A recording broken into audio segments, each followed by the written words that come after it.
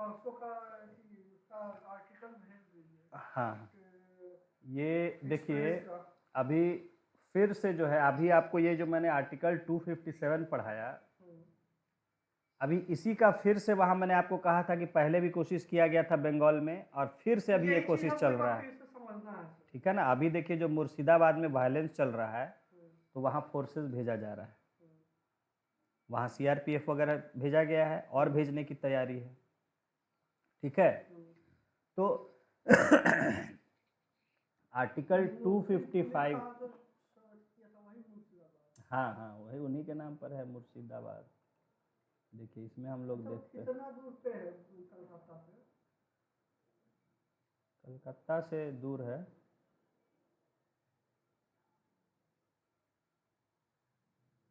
कहाँ है,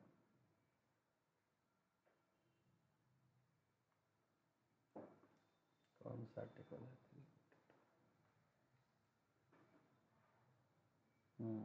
250,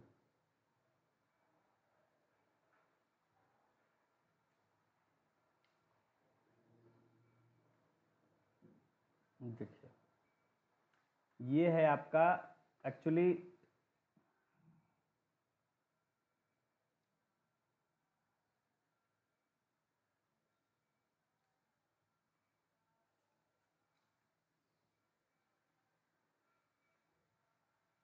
देखिए जो आर्टिकल 254 है, ठीक है, 254 जो है, ये जो मैंने आपको बताया कि जहां आपका एक ही मैटर पर अगर यूनियन गवर्नमेंट भी, यूनियन पार्लियामेंट भी लॉ बनाता है और स्टेट लेजिस्लेचर भी लॉ बनाता है, तो उसमें क्या होगा, देखिए inconsistency,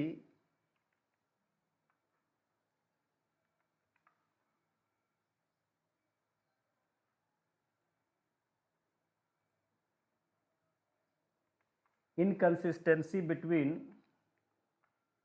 the laws made by parliament and laws made by legislatures of states, ये इस आर्टिकल में बताया गया है। लिख लीजिए, इसको नोट कर लीजिए, आर्टिकल 254।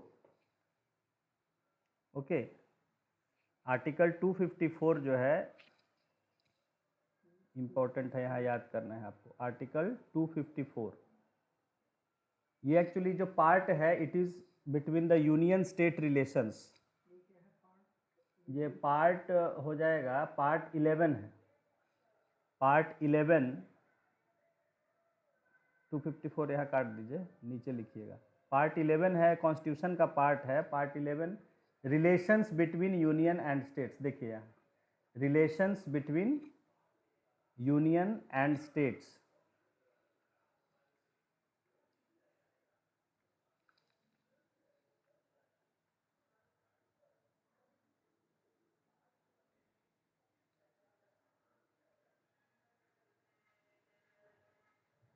ठीक है। तो ये पार्ट में जो है यूनियन और स्टेट यानी फेडरलिज्म का जो प्रोविजंस है वो इसमें दिया गया है। इस पार्ट में कौन सा पार्ट है, पार्ट पार्ट पार्ट 11। पार्ट 11 में जो है, देखिए ये पार्ट कहाँ से शुरू होता है, ये पार्ट आपके शुरू हो रहा है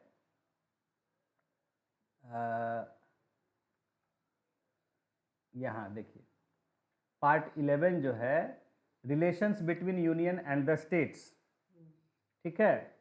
तो ये आपके शुरू हो रहा है आर्टिकल 245 से, 245 से। हाँ ठीक है ना। तो 245 से है, तो जैसे सबसे पहले यहाँ ये बता है कि extent of laws made by parliament and by, कि जो पार्लियामेंट लॉ बनाएगी वो कहाँ कहाँ उसका प्रभाव होगा, और जो कोई स्टेट लेजिस्लेचर बनाएगा तो उसका क्या कहाँ कहाँ प्रभाव होगा। फेडरल स्ट्रक्चर पे है पूरा ये पार्ट जो है, हाँ पार्ट फेडरल स्ट्रक्चर पर, ठीक है ना, part 11।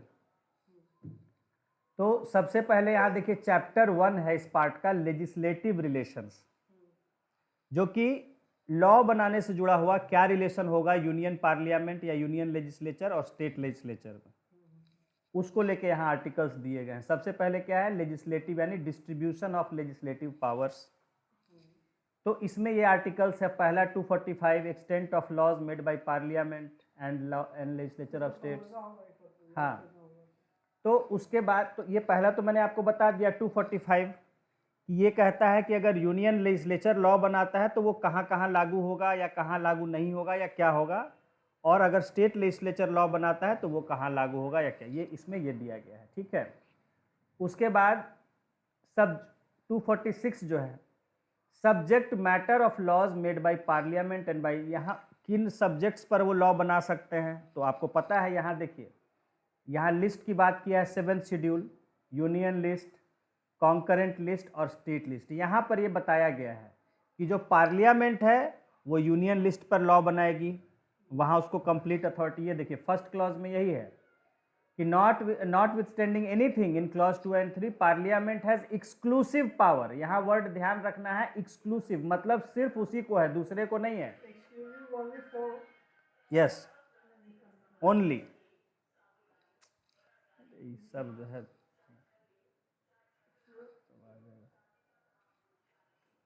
Okay. So parliament has exclusive power only, only, yes.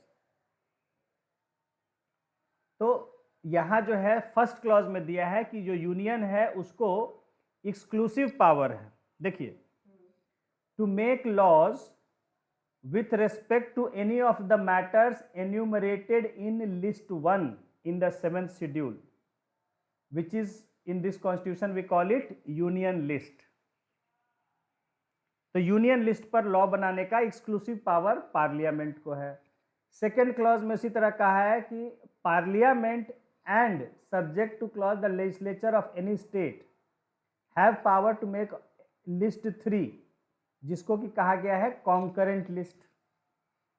List 3 जो है कॉन्करेंट लिस्ट, जिसमें कि पार्लियामेंट और लेजिस्लेचर स्टेट का भी दोनों बना सकते हैं लॉज। कॉन्करेंट लिस्ट पर, हाँ, and then subject to clause 1 to legislature of any state can make has exclusive power. यहाँ देखिए एक्सक्लूसिव, यहाँ देखिए लिस्ट 3 में एक्सक्लूसिव वर्ड यूज नहीं किया है क्योंकि वो दोनों के लिए है, लेकिन 1 और 3 में यहाँ किया है, यानी कि क्लॉज 1 में कहा लिस्ट 1 के लिए और 3 में कहा लिस्ट 2, जिसको कि स्टेट लिस्ट कहा जाता है।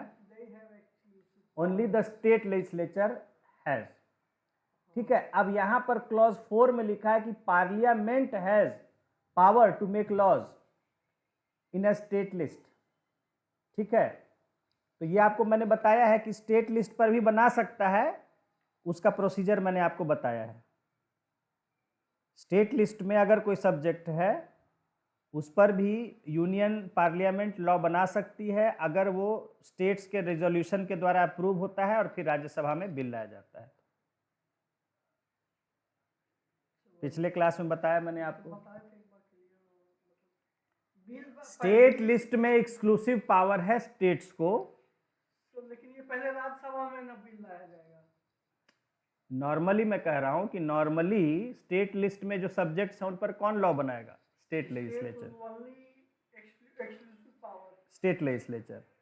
लेकिन in some special circumstance if a state legislature demands, अच्छा डिमांड करेगा तभी ना बना सकता है। हाँ, डिमांड नहीं करेगा नहीं, तो नहीं बना सकता। नहीं, तो आप समझ गए होंगे। हाँ, पहले रिजोल्यूशन लाएगा स्टेट लेजिस्लेचर, वो लेजिस्लेशन हाँ अप्रूव हो जाएगा, तब जो है वो राज्यसभा में पहले बिल आएगा। राज्यसभा में ही बिल आ सकता है, पहले लोकसभा नहीं ला सकती है ऐसा बिल। पहले स्टेट हाँ अप्रूव करेगा। हाँ, एक ही पार्टिकुलर स्टेट, नहीं नहीं, कई स्टेट भी कर सकते हैं। मान लीजिए 3-4 स्टेट, भाई एक स्टेट को अगर लॉ चाहिए होगा तो वो अपने खुद बना लेगा ना। जब वो स्टेट लिस्ट में है ही तो फिर उसको क्या दिक्कत है बनाने में? तो यूनियन के द्वारा क्यों स्टेट लिस्ट पर लॉ बनवाएगा?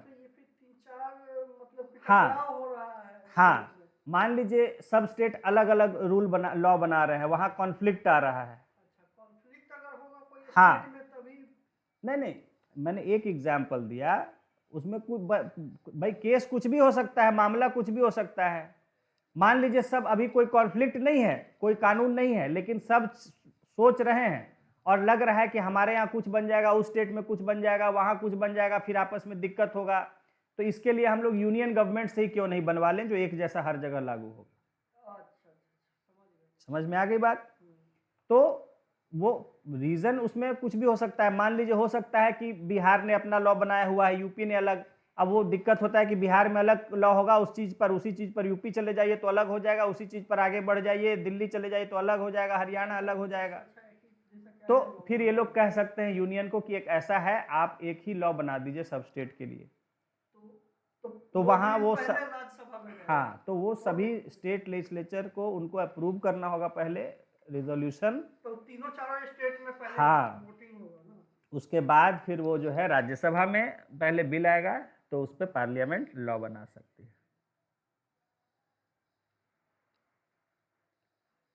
समझ में आ गई बात। तो ये दिया गया है आपके किस में, आर्टिकल 246 में। लिख लीजिए, अब आर्टिकल्स लिख लीजिए। आर्टिकल पहले 245 लिखिए, 245। जय जय जय।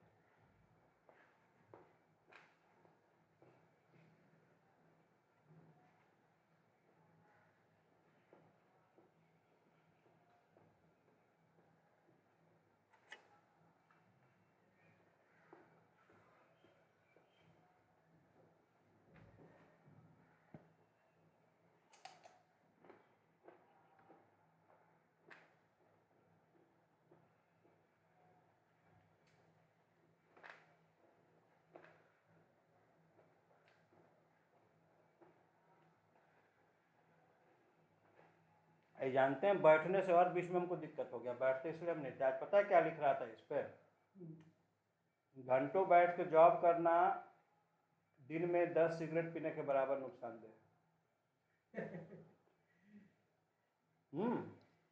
बार बार हेडलाइट में चला रहा था इंडिया टीवी घंटों मतलब कि अगर रोज आप अगर 10 घंटे बैठ के जॉब करते हैं या 6-7 घंटा 8 घंटा बैठ के जॉब करते हैं, वो आपके दिन में 5-6-7 सिगरेट पीने के बराबर नुकसानदेह है। और बैठने और लेटने में जब बैठना ही पे कह रहा है तो लेटने पे नहीं करेगा। तो ज़्यादातर बीमारियां हमारी ये सेडेंटरी लाइफस्टाइल की वजह से आ रही है। खैर आइए देखिए यहाँ देखते हैं। तो फर्स्ट आर्टिकल जो है दैट इज, लिखिए आर्टिकल 245, या ऐसे करिए पार्ट 11 लिखे ना, नीचे इसमें लिख लीजिए चैप्टर 1, बीच में पहले हेडिंग दे दीजिए चैप्टर 1, नीचे नीचे पार्ट 1 के नीचे है ना, हाँ चैप्टर 1, चैप्टर 1, हाँ ये है लेजिस्लेटिव रिलेशंस।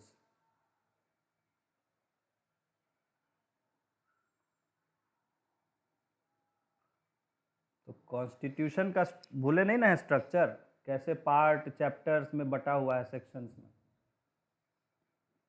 तो यहाँ जो पार्ट 11 है, ठीक है, तो part 11 that is relations between union and the states.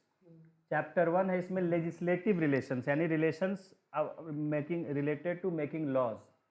अब इसमें जो है देखिए सबसे पहले है आर्टिकल 245, लिखिए 245 आर्टिकल, इधर नंबर दीजिए 245, 245 लिखिए। एक्सटेंट ऑफ, नाम खाली लिख लीजिए, extent of laws made by parliament and laws made by parliament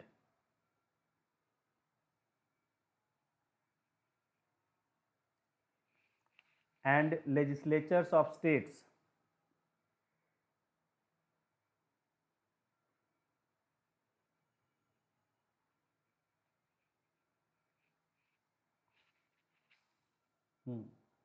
ठीक है। फिर नेक्स्ट है, मैंने आपको एक्सप्लेन कर दिया। नेक्स्ट है आर्टिकल 246, तो उतना कौन याद नहीं नहीं हाँ लिखिए 246, ये है subject matter of, subject matter of, बहुत सिंपल है। पहला है बता रहा है एक्सटेंट कहाँ कहाँ होगा, दूसरा है subject matter of laws, dash dash dash लिख दीजिए, बाकी सब सेम रहेगा, made by parliament and by legislature of states. तो सेकंड, हाँ पहला जो है एक्सटेंट है, एक्सटेंट को अंडरलाइन कर लीजिए ऊपर, एक्सटेंट को खाली अंडरलाइन, हाँ फर्स्ट वर्ड एक्सटेंट, यानी एक्सटेंट बता रहा है, यानी कहाँ कहाँ वो लॉ एप्लीकेबल होगा। सेकंड है सब्जेक्ट मैटर को अंडरलाइन, सेकंड है सब्जेक्ट मैटर, बोलता है कि किस किस सब्जेक्ट पर लॉ बनेगा दोनों के द्वारा, ठीक है, वो भी आपको एक्सप्लेन कर दिया। थर्ड इसमें एक ऐड कर लीजिए 246A ऐड किया गया है, हैं? नहीं नहीं आर्टिकल है, क्लॉज कहाँ है, आर्टिकल है ना 246 कैपिटल A, ये ऐड किया गया अमेंडमेंट के द्वारा। Special special provision, special provision for GST, short में लिख लीजिए फॉर GST, हाँ तो गुड सर्विसेज टैक्स जो है उसके लिए आर्टिकल जोड़ा गया। देखिए कब जोड़ा गया है, थर्ड के द्वारा, 101st अमेंडमेंट के द्वारा 2016 में, ठीक है ना। गुड सर्विसेज टैक्स जब आया GST, तो उसके बाद 101st अमेंडमेंट यही हुआ है, समझ लीजिए 100 के बाद 101st अमेंडमेंट, तो उसमें आर्टिकल 246A और कई जगह जोड़ा गया है, GST को लेके हुआ है 101st अमेंडमेंट, ठीक है ना। ठीक है, यहां लिख लीजिए भले नीचे ब्रैकेट में, added by 101st amendment, added by 101st amendment, ठीक है। उसके बाद ये उन्होंने याद कर दिया। नहीं नहीं, ठीक है 247 इसलिए बता रहे हैं कि आज के हालात में बहुत इंपॉर्टेंट है, पूछ देगा। अभी जिस तरह का देश में हालात चल रहा है, इसलिए आपको ये सेक्शन करा रहे हैं। 247 नेक्स्ट, हाँ 247 पावर ऑफ पार्लियामेंट, ये स्पेशल प्रोविजन ऑफ GST कौन से रिलेशन, मतलब कि यूनियन के पास है कि स्टेट के पास है?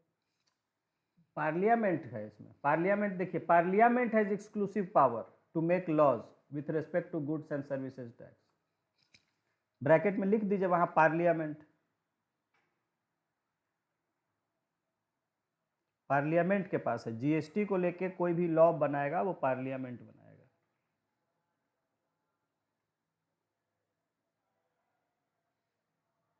ठीक है, देन 247, ठीक है, लिखिए पावर ऑफ पार्लियामेंट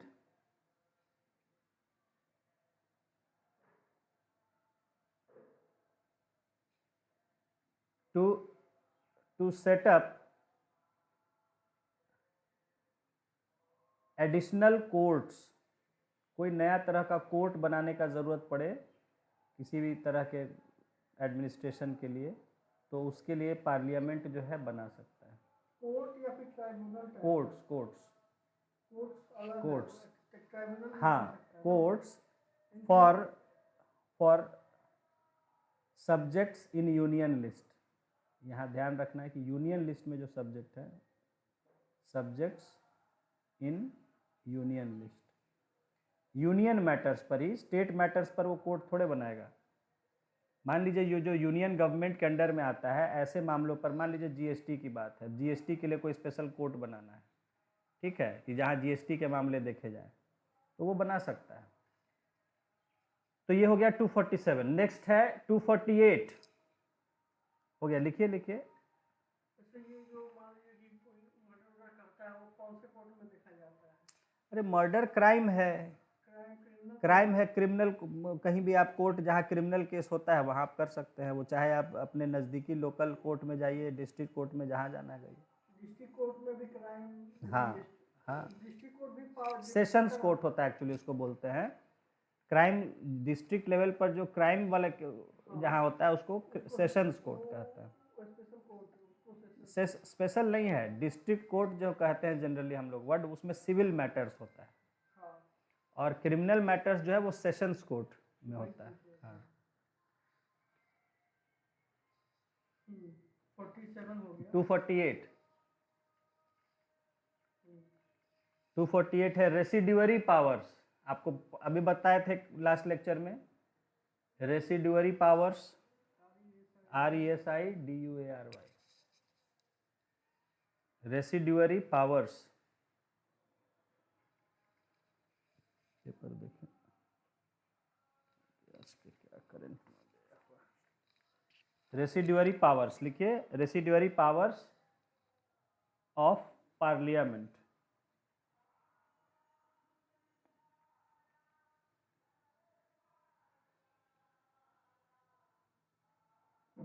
ठीक है, तो ये आपको बता चुके हैं।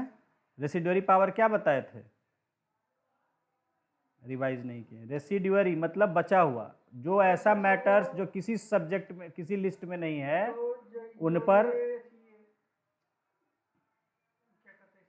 जैसे साइबर क्राइम या कुछ भी हो सकता है, any new subject which is not mentioned in any list, तो ऑन दैट, हाँ हाँ, वो कोई भी ऐसा बचा हुआ जो सब्जेक्ट्स हैं, जितने ऑलरेडी 200-250 सब्जेक्ट लिस्ट कर दिए गए हैं, उसके अलावा जो भी बचे हुए हैं उन सब पर पार्लियामेंट को राइट होगा। हाँ, तो यही रेसिड्यूअरी पावर्स है। देन नेक्स्ट इज 249, देखिए यहाँ आ गया वो 249, देखिए power of parliament,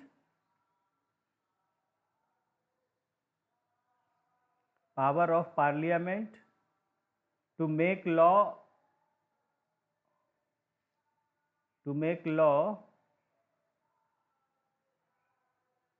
on subject in state list, in state list।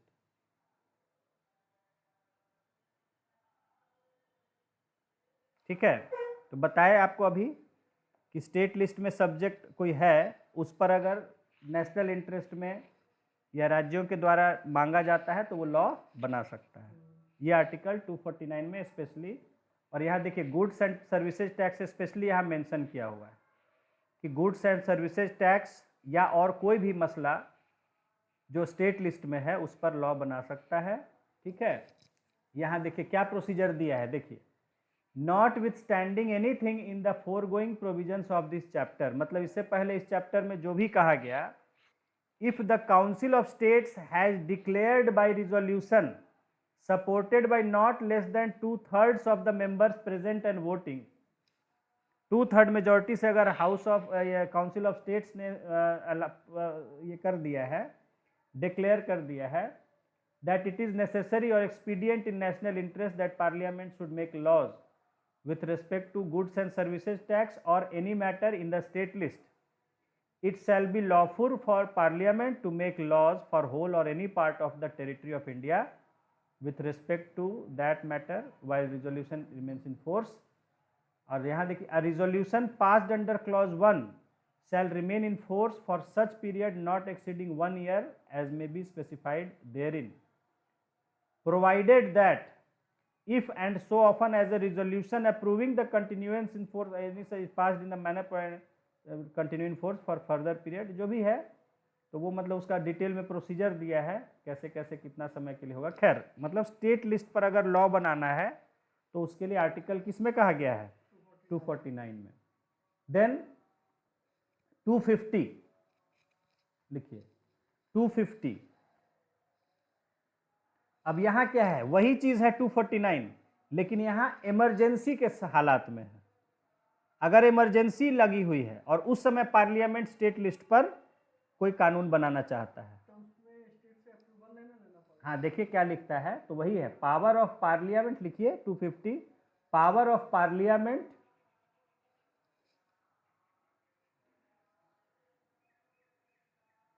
To make laws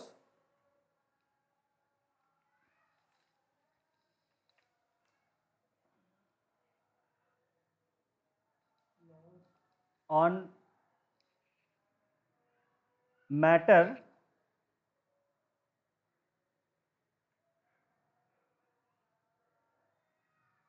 in state list during emergency।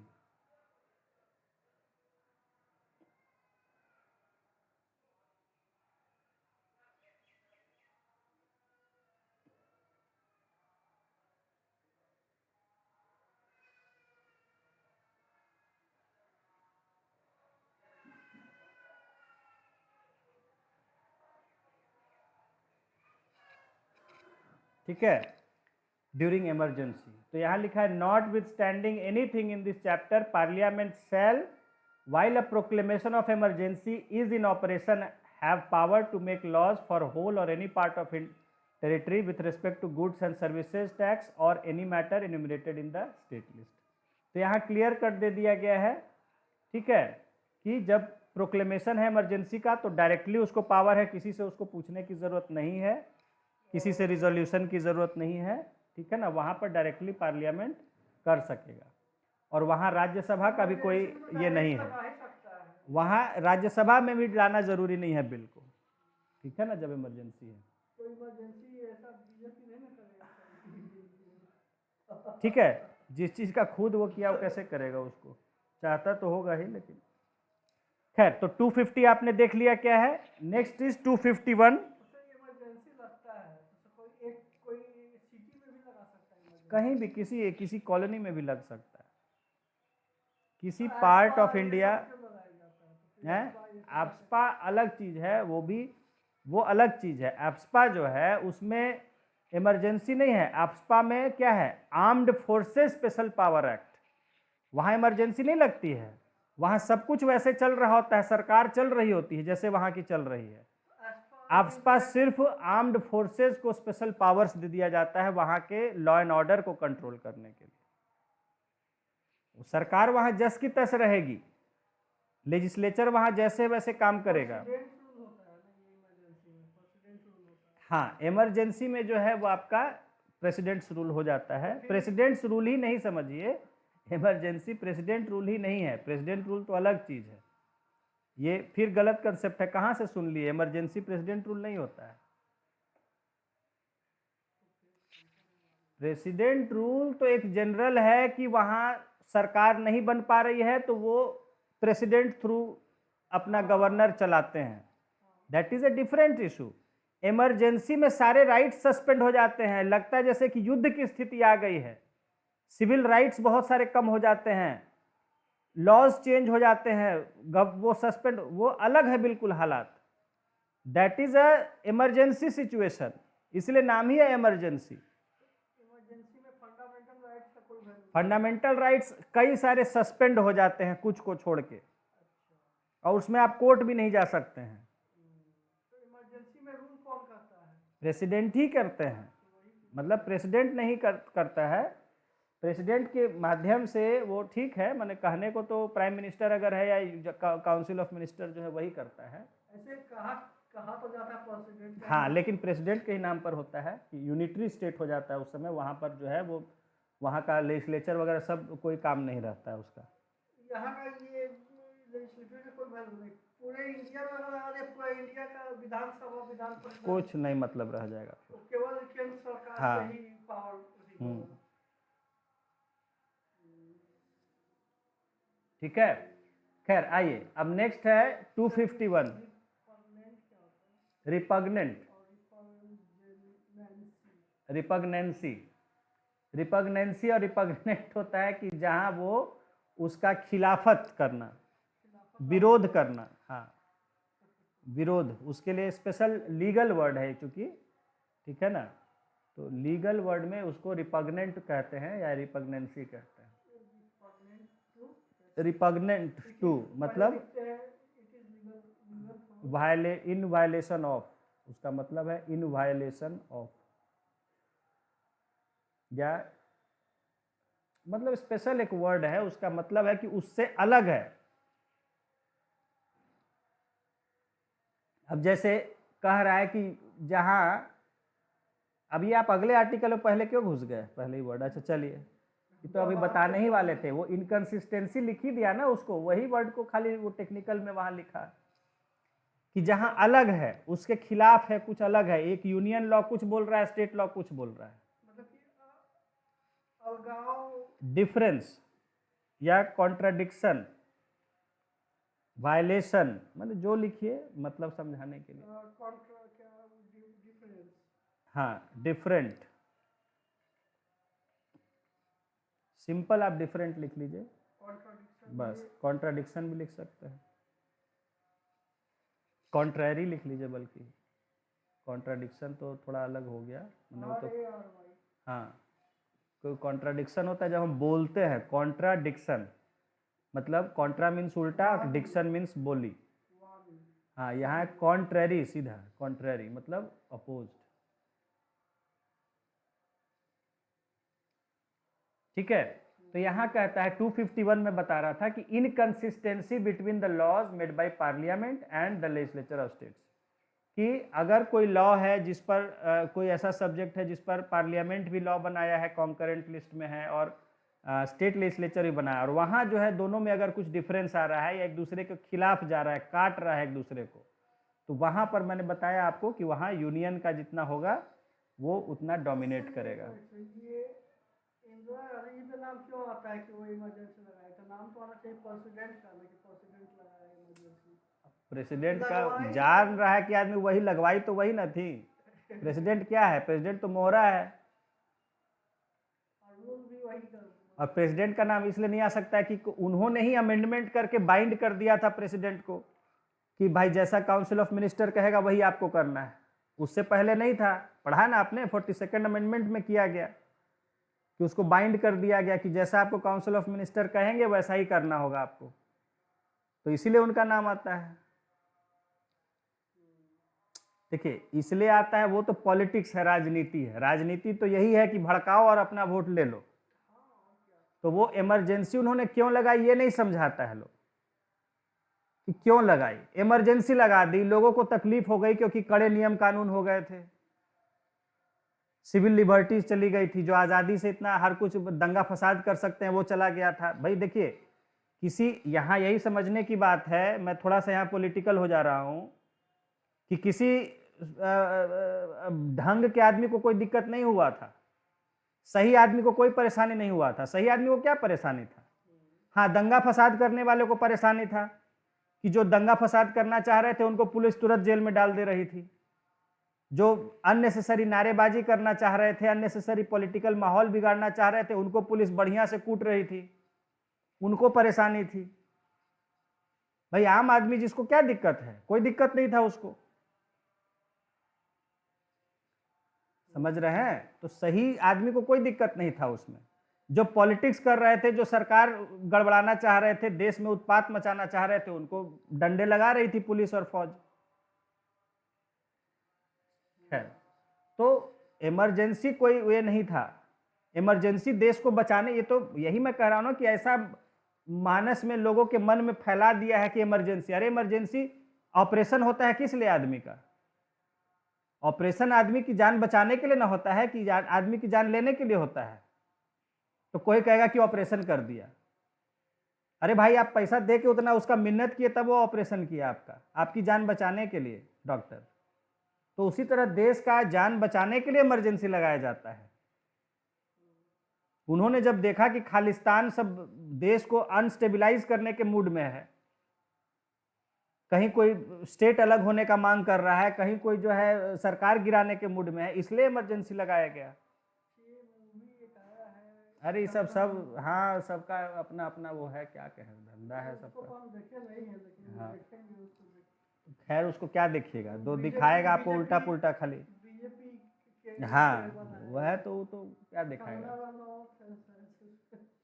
ये है कहने का मतलब, क्यों लगाई गई इमरजेंसी, क्यों ऑपरेशन किया, कहे कि भाई डॉक्टर ने ऑपरेशन कर दिया। अरे भाई जान नहीं तो मर जाता हो ना, ऑपरेशन नहीं करता तो। कोई डॉक्टर को जाके शिकायत करे कि हमको बहुत तकलीफ दिया, 6 महीना तकलीफ हुआ क्योंकि ऑपरेशन कर दिया मेरा।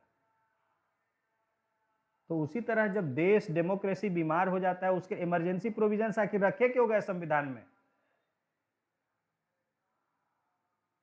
लेकिन यहाँ तो झूठ का बोलबाला है। अभी तो मौका मिला हुआ, फैलाओ इमरजेंसी लगा दी, इमरजेंसी लगा दी।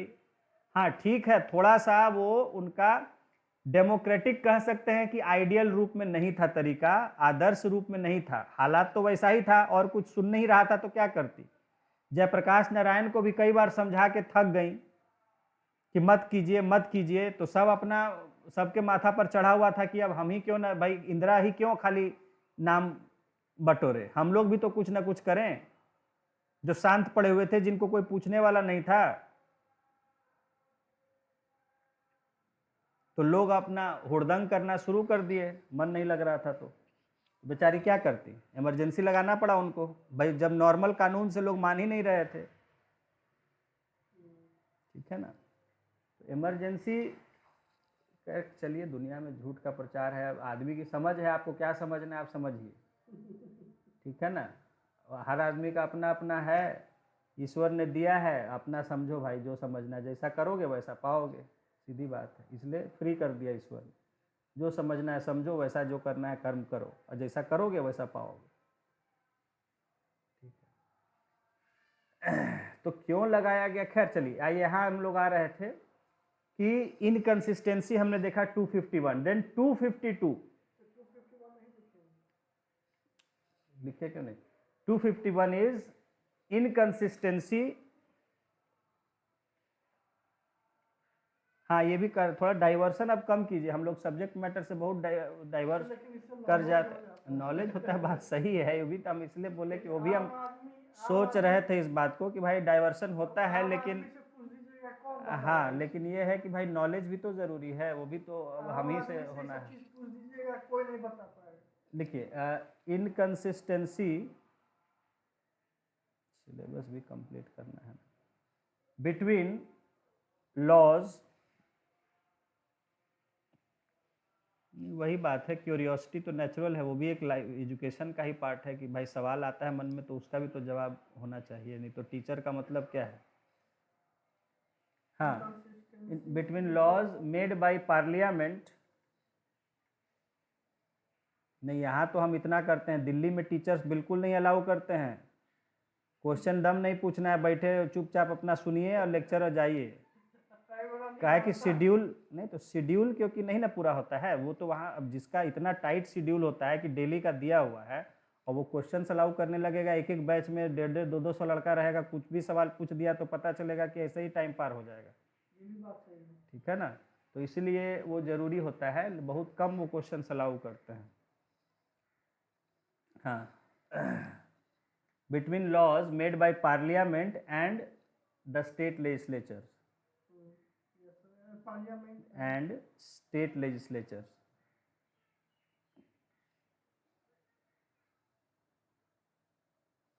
ठीक है,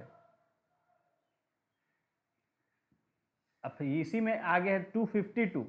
देखिए 252 यही है, इसमें लिख दिया है क्लियर कट कि 2 या ज़्यादा राज्य डिमांड करें एक लॉ के लिए।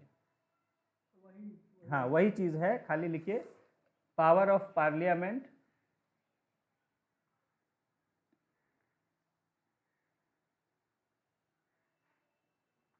To make law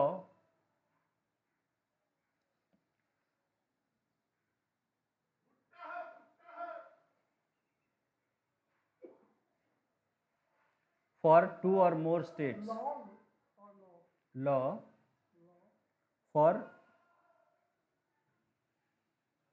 2 or more states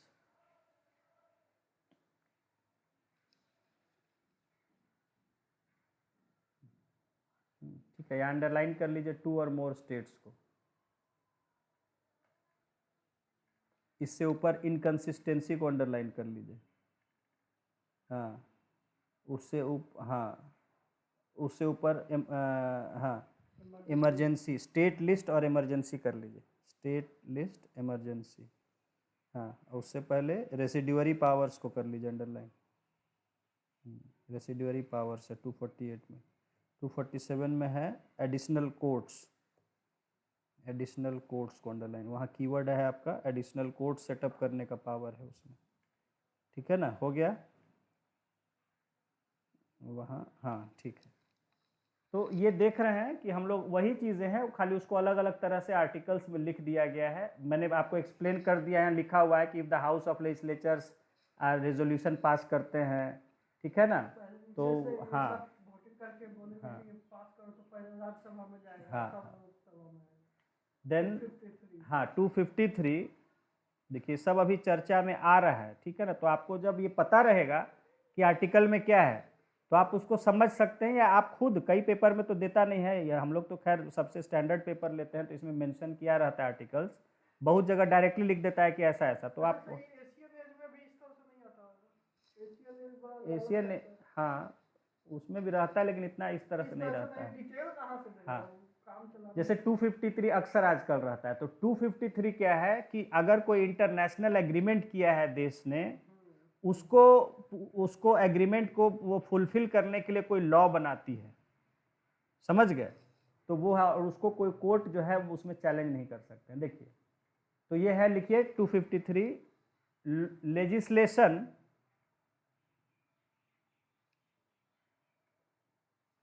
to fulfil international agreements.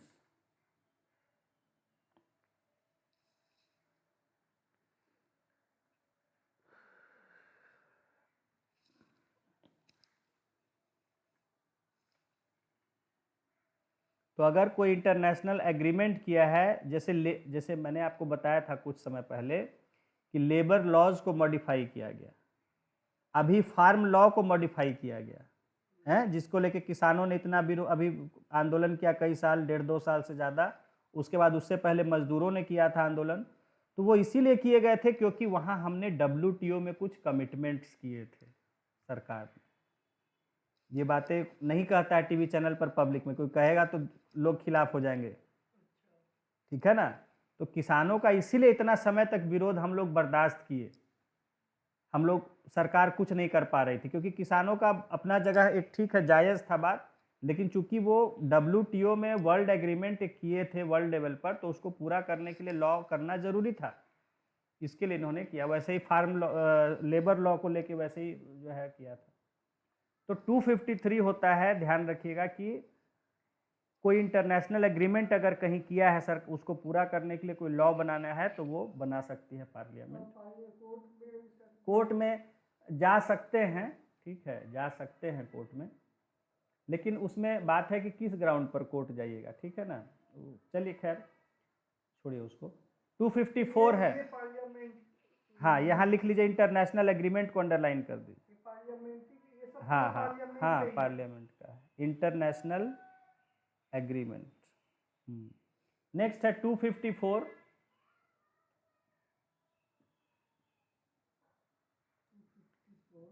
ये भी है, लिख लीजिए, इनकंसिस्टेंसी, डॉट डॉट डॉट कर दीजिए, जो ऊपर था वही है, inconsistency.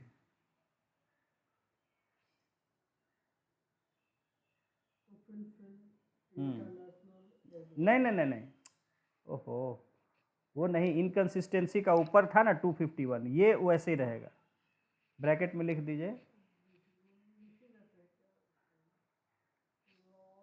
Made by parliament and state legislature.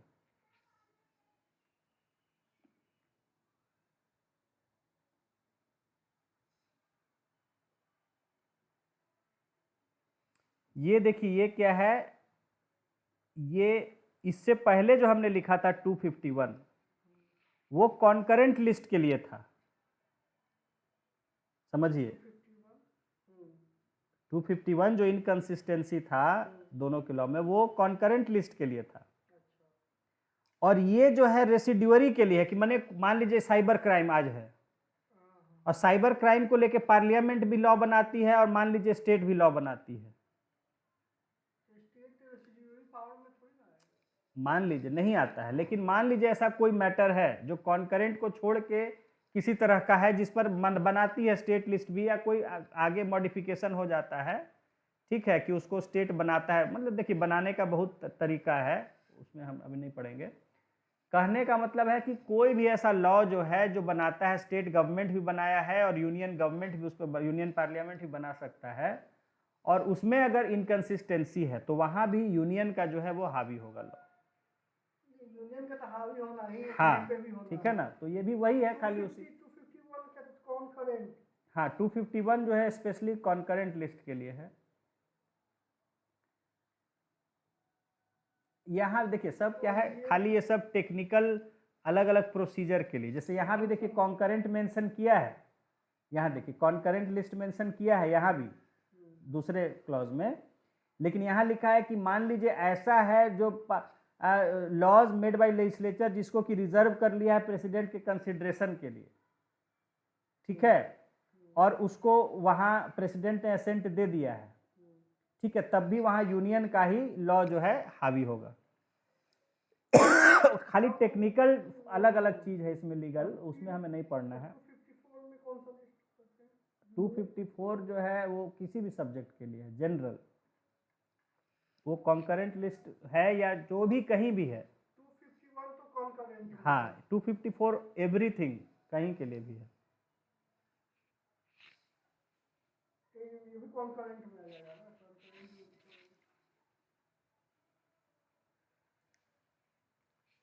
अरे जैसे मैंने आपको बोला, मान लीजिए स्टेट ने स्टेट लिस्ट पर बनाया है और यूनियन ने भी बना दिया स्टेट लिस्ट पर, वहां क्योंकि स्टेट लिस्ट में तो दो स्टेट को अथॉरिटी है, मान लीजिए किसी कारण से यूनियन पार्लियामेंट ने भी उस पर लॉ बना दिया, और वहां दोनों में फर्क है, हो सकता है ना, मान लीजिए केरला ने अपने यहाँ कोई लॉ बनाया हुआ है, इधर उत्तर प्रदेश, बिहार, महाराष्ट्र के मिलके कहा कि भाई आप इस सब्जेक्ट पर लॉ बना दीजिए, यूनियन ने लॉ बना दिया, लेकिन उसके लॉ और केरला के लॉ में डिफरेंस आ रहा है, तो केरला में क्या वैलिड होगा और बाकी इंडिया में क्या होगा, है ना, उनको क्लियर यहाँ किया गया है। मान लीजिए कि 4 स्टेट है, हाँ, जिसमें से 3 बोल रहा है कि इसी तरह से होना चाहिए, हाँ, और एक डिफरेंट, हाँ, सोच डिफरेंट, हाँ, तो उस सिचुएशन में, हाँ, समझ गए, तो उस सिचुएशन में भी पार्लियामेंट का ही लॉ, करेगा, हाँ, वो करेगा, तीनों पे तो करेगा ही करेगा, जो उसको अलग है जिसका विरोध कर रहा है, लेकिन उसको मानना पड़ेगा मजबूरी में, क्योंकि वो तीनों स्टेट माना है, उस सिचुएशन में भी उस पर लागू होगा, ठीक है, क्योंकि वो अकेला हो सकता है ना कल को, क्योंकि देखिए केरला मान लीजिए अलग पार्टी की सरकार है, वहाँ अलग पार्टी का मेजोरिटी है वो बना दिया। कर्नाटक में हाँ, और इधर मान लीजिए कि जो दूसरी पार्टियों का है जिसका कि यूनियन में भी है गवर्नमेंट, वो पार्लियामेंट से लॉ बनवा देता जैसे है। एमपी हो गया, हाँ, राजस्थान हो गया, बहुत सारे हैं। छत्तीसगढ़ हो हाँ, गया, उड़ीसा तो हो वैसे में केरला में आप इनडायरेक्टली आप फोर्स कर सकते हैं ना, लॉ चेंज हो जाएगा गया। वहाँ, हाँ, क्योंकि ये यूनियन ये बना देगा उस पर। ये सारे स्टेट एग्री करेंगे तब, हाँ, एग्री डेफिनेटली करेंगे तो मजबूरी में केरला पे भी वो लॉ लागू होगा। तो एक तरह से क्या हो रहा है समझिए कि आप मजबूरी में स्टेट करना ही में पड़ेगा। फोर्स आप कर दे रहे हैं लॉ अपना। उसके साथ भी तो मजबूरी है, करना ही है, करना है। हाँ, खैर, तो ये देखिए यही है लेजिस्लेटिव रिलेशंस अभी हम लोग देख रहे हैं यूनियन और स्टेट के बीच में। 255, ठीक है। ये फॉर ऑल यहाँ पे लिख दे ना, 254 हाँ हाँ, 254 फॉर ऑल।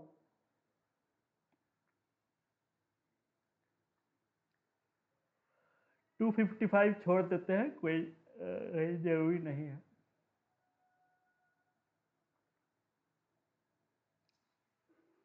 ठीक है, 255 जस्ट डॉट डॉट डॉट करके छोड़ दीजिए, 255 लिख लीजिए, डॉट डॉट डॉट, इंपॉर्टेंट नहीं है हमारे लिए, वो कोई खास आर्टिकल नहीं है तो छोड़ दीजिए।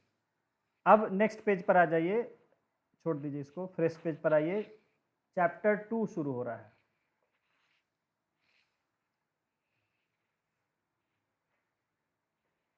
हम लोग 254 देखना था ना, जो आप बोले थे, वो हो गया। अब है चैप्टर 2 एडमिनिस्ट्रेटिव रिलेशंस। अभी तक हम लोग लॉ बनाने का लेजिस्लेटिव रिलेशंस पढ़ रहे थे।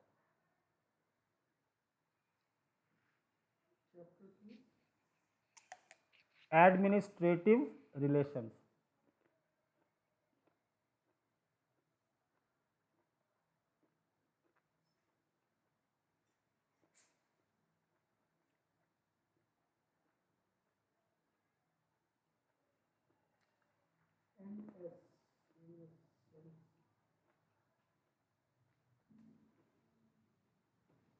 फर्स्ट आर्टिकल लिखिए, आर्टिकल 256, 256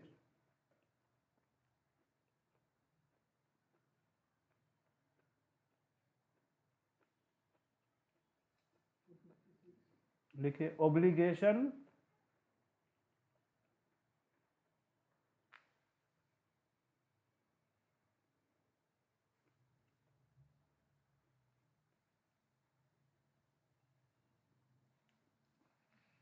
ऑफ स्टेट्स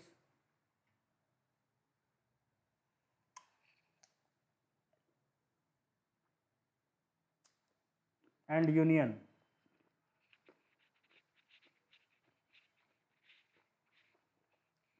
देखिए इसमें क्या है, मैं बता चुका हूं कि पहले ही मैंने आपको बता चुका है कि स्टेट गवर्नमेंट का इस तरह से पावर को यूज किया जाएगा ताकि वहाँ यूनियन गवर्नमेंट के काम में मदद हो, उसको खिलाफ नहीं जाए उसके, बता चुके हैं आपको। वही है, देखिए, the executive power of every state shall be so exercised as to ensure compliance with the laws made by parliament। अगर पार्लियामेंट ने कोई लॉ बनाया है तो हर राज्य की सरकार ऐसे चलानी होगी, अपनी शक्तियों का ऐसे इस्तेमाल करेंगे ताकि उस लॉ को इम्प्लीमेंट कराने में सुविधा हो, जो पार्लियामेंट ने लॉ बनाया है देश के लिए, ठीक है। And any existing law which apply in that state, या चाहे पहले से जो यूनियन का लॉ वहां है, and the executive power of union shall extend to giving directions to a state as may appear to the government to be necessary for that purpose. और उस कानून को, अगर कोई नया कानून बनाया है या पहले से कोई कानून है, उसको लागू कराने के लिए वो गवर्नमेंट को कोई भी डायरेक्शन दे सकेगा। यानी कहने का मतलब यहाँ क्या है कि यहाँ गवर्नमेंट का, अब हम लेजिस्लेचर को भूल गए, अब हम गवर्नमेंट की बात कर रहे हैं, एडमिनिस्ट्रेटिव रिलेशंस की बात कर रहे हैं। तो ये कहा जा रहा है कि कोई ऐसा कानून है जो बना हुआ है पार्लियामेंट के द्वारा या नया कानून बनाया गया है, तो वो हर स्टेट का ये जिम्मेदारी होगी कि वो अपने प्रशासन का, गवर्नमेंट का इस तरह से वो यूज करे कि वो उस लॉ को इम्प्लीमेंट कराने में सुविधा हो, हेल्प हो, या अगर कोई यूनियन गवर्नमेंट जो है डायरेक्शन देता है ऐसा करने के लिए, तो वो उसको करना होगा। जैसे अभी वक्फ बिल आया, अब मान लीजिए वक्फ एक्ट बन जाता है और इसको लेके वो चाहे तो बंगाल सरकार को कुछ भी आदेश दे सकता है। समझ गए इसका महत्व? बंगाल सरकार काम नहीं करेगा तो फिर वहां डिसमिस हो जाएगा सरकार, वहां प्रेसिडेंट रूल लगा दिया जा सकता है। क्लियर हुआ ना? हाँ हाँ, यहाँ क्लियर आ गया। ओब्लिगेशन, क्या वर्ड यूज किया है? Obligation of states and union, कि अगर कोई भी लॉ बनाया है या पहले से बना हुआ है और उसको स्टेट गवर्नमेंट को अपना पावर ऐसे यूज करना होगा कि उसको हेल्प हो उस लॉ को इम्प्लीमेंट करने में, या नया लॉ बना है वो इम्प्लीमेंट करे, और ऐसा में जो जरूरी लगे यूनियन गवर्नमेंट उसको डायरेक्शन दे सकता है, वो उसका ऑब्लिगेशन होगा, करना ही है। और आपके सामने उदाहरण अभी करंट में है सामने, वक्फ बिल पास हुआ है, बहुत से स्टेट खिलाफ हैं। अब अगर वो उसको एक्ट बन जाएगा तो यूनियन गवर्नमेंट उनको सीधे सीधे डायरेक्शन देगा कि ऐसे करिए ऐसे करिए। जैसे अभी अभी उदाहरण मुर्शिदाबाद में चल रहा है, वायलेंस हो रहा है, वहां फोर्स भेजा है। समझ रहे हैं? तो कैसे स्टेट में दखल, हम लोग अभी फेडरलिज्म ही पढ़ रहे हैं संयोग से, अभी चीजें आपके सामने है बिल्कुल सारी चीज, उसको समझना है अच्छे से।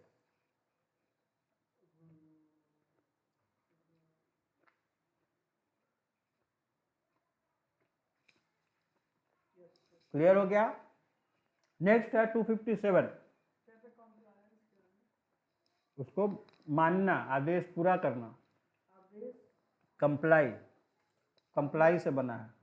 कंप्लाई मीन्स टू ओबे या फुलफिल। कंप्लाई वर्ड से बना है, to obey dash comma comma fulfil. Comply word से बना है, COMPLY। कंप्लाई से होता है, नाउन बन गया कंप्लायंस, PLY। कंप्लाई वर्ब हो गया, इससे नाउन बना कंप्लायंस। जैसे एलाई से बनता है अलायंस, ठीक है ना। सिग्निफाई से होता है सिग्निफिकेंस, वहाँ सी भी एक साथ में जुड़ जाता है। ओके, समझ में आ गया ये आर्टिकल? हम लोग का आर्टिकल से ये डिस्कशन सब समझ में आपको आ जाएगा जो हम लोग देख रहे हैं। देखिए नेक्स्ट है 257। 257 control of union over states, सीधे कंट्रोल की बात कर रहा है। कंट्रोल ऑफ यूनियन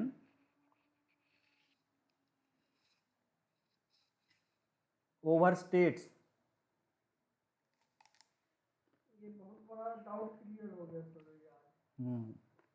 तो न्यूज़पेपर पढ़ते रह जाते पागल, को समझ में नहीं आता। मैं कहा कि पहले आर्टिकल समझ लीजिए, फिर आपको अपने आप समझ में आ जाएगा कहाँ क्या लग रहा है। अब न्यूज़पेपर क्लियर समझ में आने लगेगा। Control of union over states in certain cases.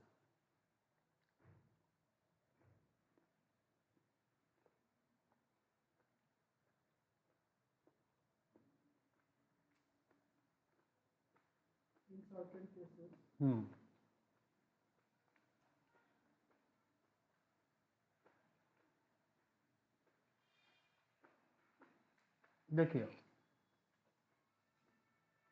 First clause कहता है, मैंने पहले उस दिन भी डिस्कस किया था ये वाला आर्टिकल आपको। फर्स्ट क्लॉज कहता है कि कोई भी स्टेट में वहाँ की गवर्नमेंट अपना पावर ऐसे इस्तेमाल नहीं करेगी कि केंद्र सरकार के काम में अड़ंगा है, बाधा है।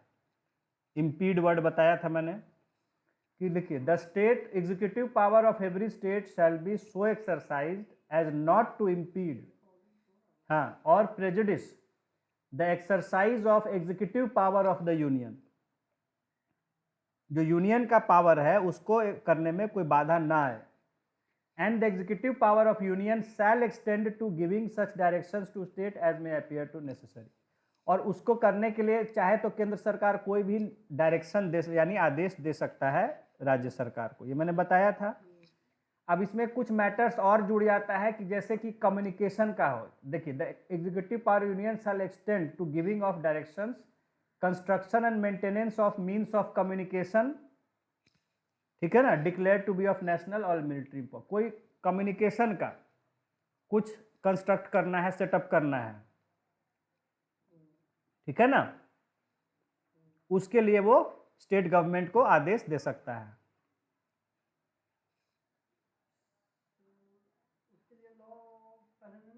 नहीं नहीं, लॉ कुछ नहीं। कोई भी कहा कि maintenance of means of communication, means of communication के कंस्ट्रक्शन या मेंटेनेंस के लिए अगर है जो कि देश के लिए जरूरी है, तो उसके लिए वो स्टेट गवर्नमेंट को कोई भी आदेश दे सकता है, ठीक है। इसमें है कि हाईवेज, वाटरवेज, नेशनल हाईवेज, ठीक है, या नेवल, मिलिट्री, एयरफोर्स वर्क्स, इन सब का समझ रहे हैं, माने कि रोड्स हो गया, रेलवेज हो गया, या मीन्स ऑफ कम्युनिकेशन हो गया, जो देश के लिए जरूरी है, पूरे देश के लिए। अब नेशनल हाईवे है तो वो पूरा देश उस पर जाता है ना, तो इन सब के मेंटेनेंस के लिए, कंस्ट्रक्शन के लिए, सुरक्षा से जुड़ा कोई भी तरह का आदेश जो है वो दे सकता है, ठीक है। वो काफी बड़ा ये है, लेकिन खैर उसमें हमें ज्यादा नहीं पढ़ना है, ठीक है। ये कहने का मतलब ये कुछ सर्टेन केसेस में यूनियन का कंट्रोल है स्टेट। सर्टेन केसेस नहीं,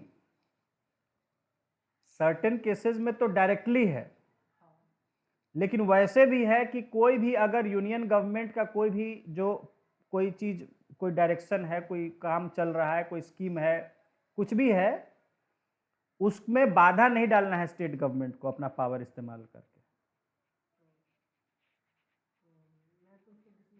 हाँ, नेक्स्ट है 258।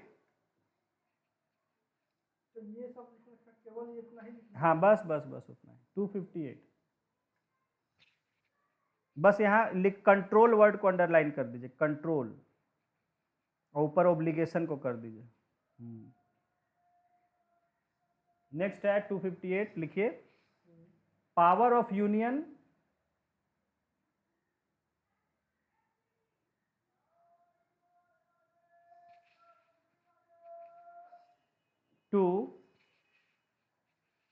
to give its powers to state government।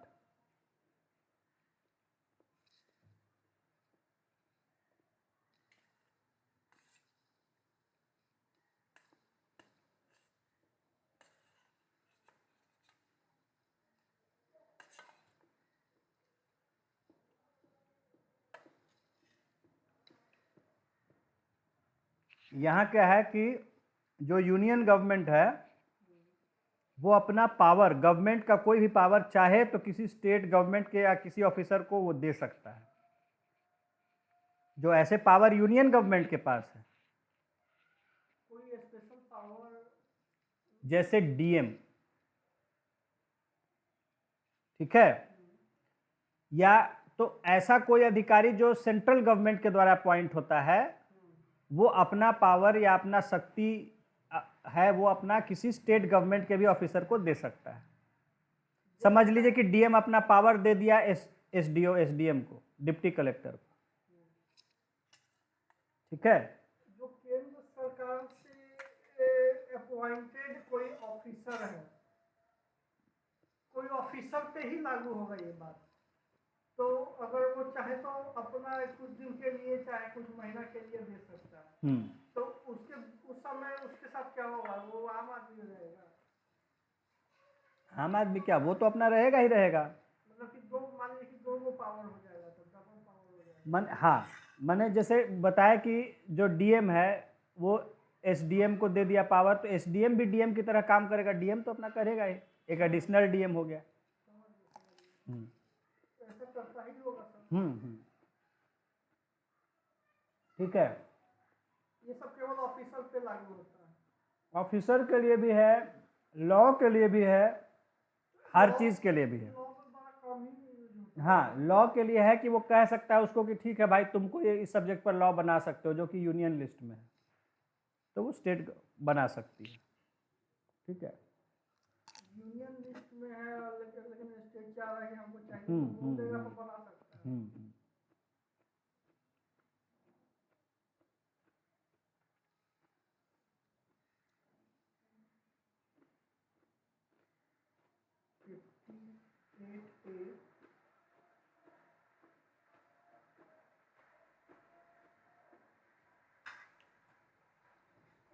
तो वो सब याद नहीं।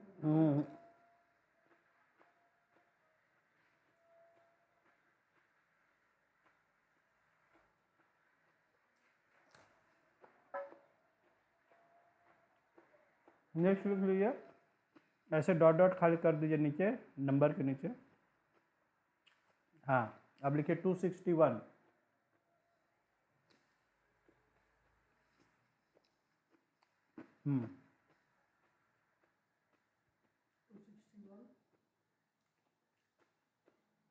एक्ट्स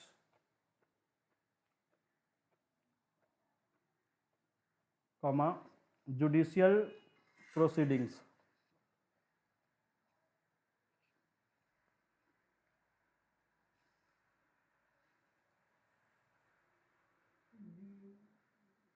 डबल ही होता है।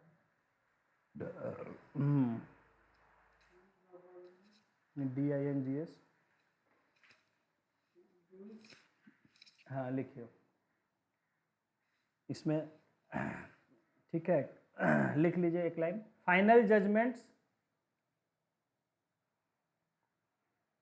फाइनल जजमेंट्स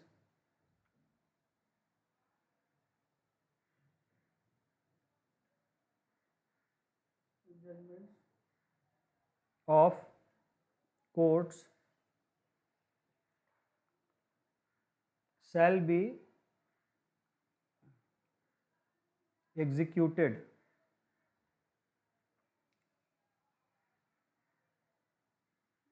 TED बस।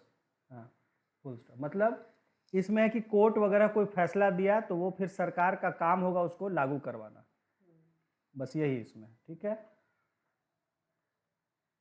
अब इसमें एक स्पेशल आता है आर्टिकल, लिख लीजिए सेक्शन, अब नीचे हेडिंग खाली डाल लीजिए, चैप्टर नहीं है, उसी चैप्टर में है, डिस्प्यूट्स, बीच में हेडिंग जैसा हाँ दे दीजिए, हाँ, disputes related to waters, disputes UTES, disputes relating to waters. जो इतना वाटर डिस्प्यूट चल रहा है, रिवर वाटर डिस्प्यूट, उसको लेके है। हाँ, इसलिए एक आर्टिकल है जो उस पर है, तो वो जानना जरूरी है। दैट इज आर्टिकल 2, एक ही आर्टिकल है 262। ये भी फेडरलिज्म का ही हिस्सा है। हाँ, हम लोग के लिए खास करके, क्योंकि हमारे यहाँ गंगा नदी और फिर ब्रह्मपुत्रा का डेल्टा है, वो बहुत सारे राज्यों से होके आती है। हाँ लिखिए,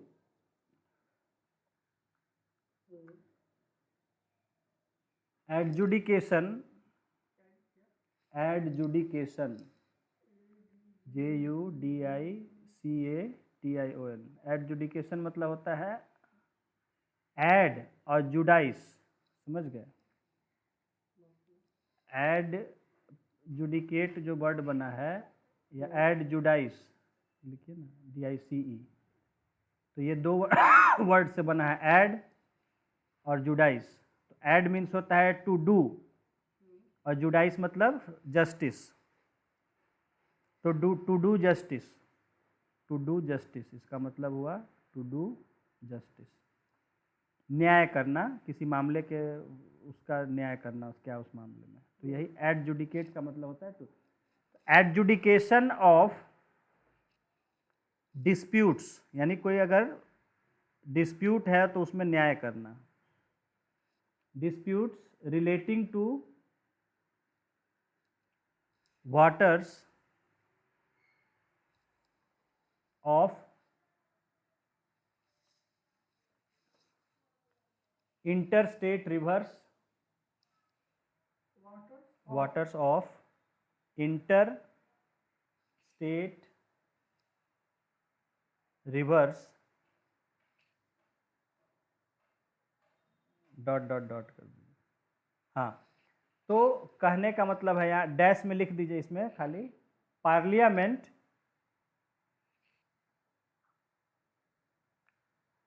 हैज द पावर, बस इतना लिख लीजिए।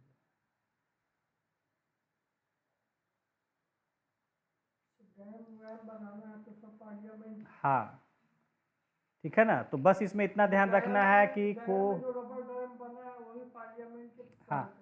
कोई भी अगर इंटर स्टेट वाटर्स को लेके डिस्प्यूट होगा, उसमें उससे जुड़ा हुआ इंटर स्टेट रिवर से जुड़ा हुआ कोई डिस्प्यूट होगा, तो वहाँ पार्लियामेंट को ही और से कोई सिर्फ पावर है। स्टेट बनाना चाहे तो बना ही सकता है। बना सकता है, लेकिन वो पार्लियामेंट का परमिशन से होगा, या जो कानून होगा पार्लियामेंट का उसके अकॉर्डिंग होगा, जो पार्लियामेंट कहेगा।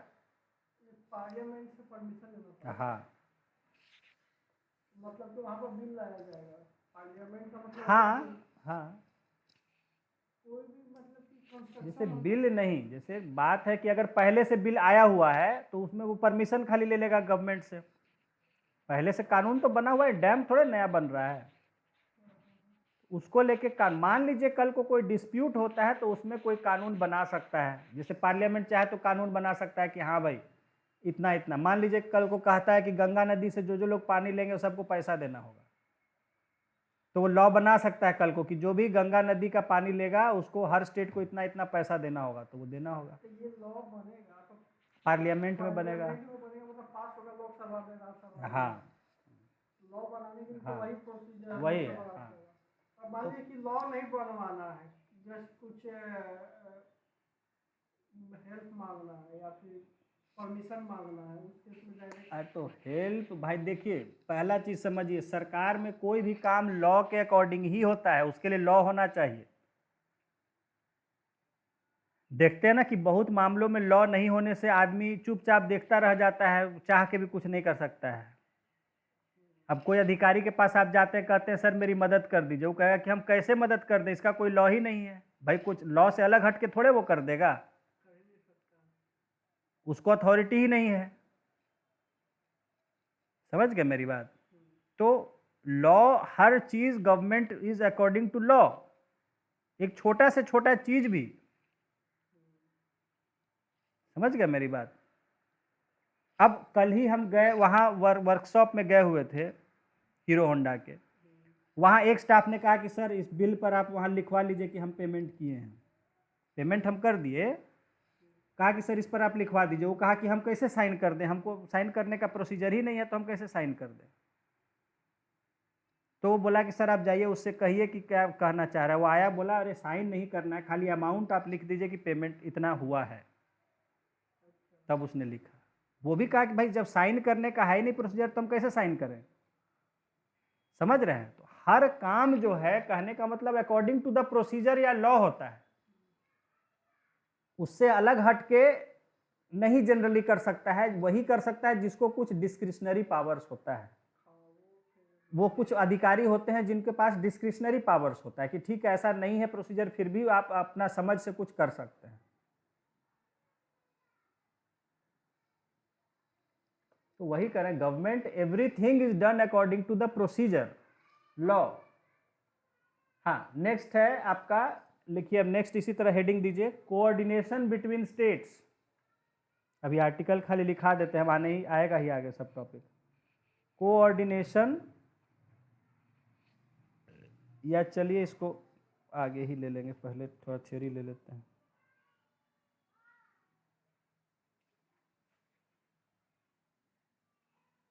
ना तो आ ही गया।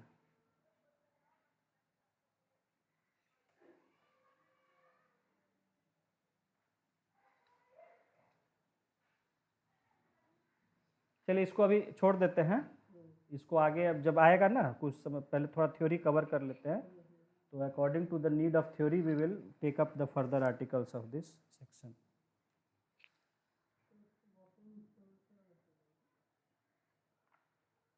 हाँ जाइए।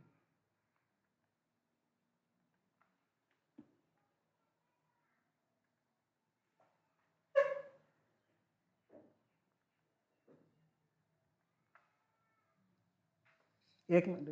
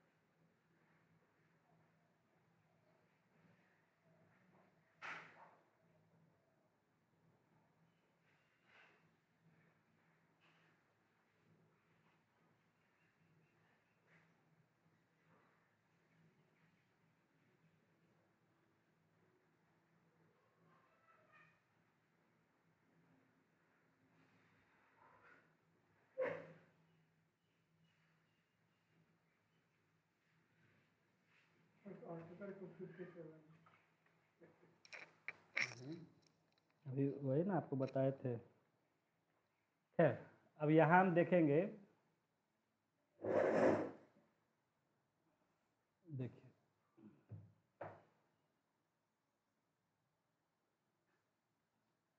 तो अभी हमने देखा आर्टिकल 257, ठीक है ना, जिसमें कहा गया कि the executive power of every state shall be so exercise as not to impede or prejudice the exercise of executive power of union and, यानी कि यहाँ तक का मतलब हुआ कि कोई भी स्टेट अपने पावर का ऐसे इस्तेमाल नहीं करेगा जिससे वो केंद्र सरकार के किसी पावर में बाधा डाले, उसके कोई पावर एक्सरसाइज करने में दिक्कत पहुँचाए या उसके लोगों का मन उससे खिलाफ हो। And the executive power of union shall extend to giving of such directions to state as may appear to be necessary for that purpose. और अपने किसी पावर को यूज करने के लिए चाहे तो जो गवर्नमेंट ऑफ इंडिया है वो कोई भी तरह का डायरेक्शन इशू कर सकती है स्टेट गवर्नमेंट को। ओके, तो यहाँ देखिए लिखा है कि you have already studied in the chapter on executive that we have an integrated administrative system.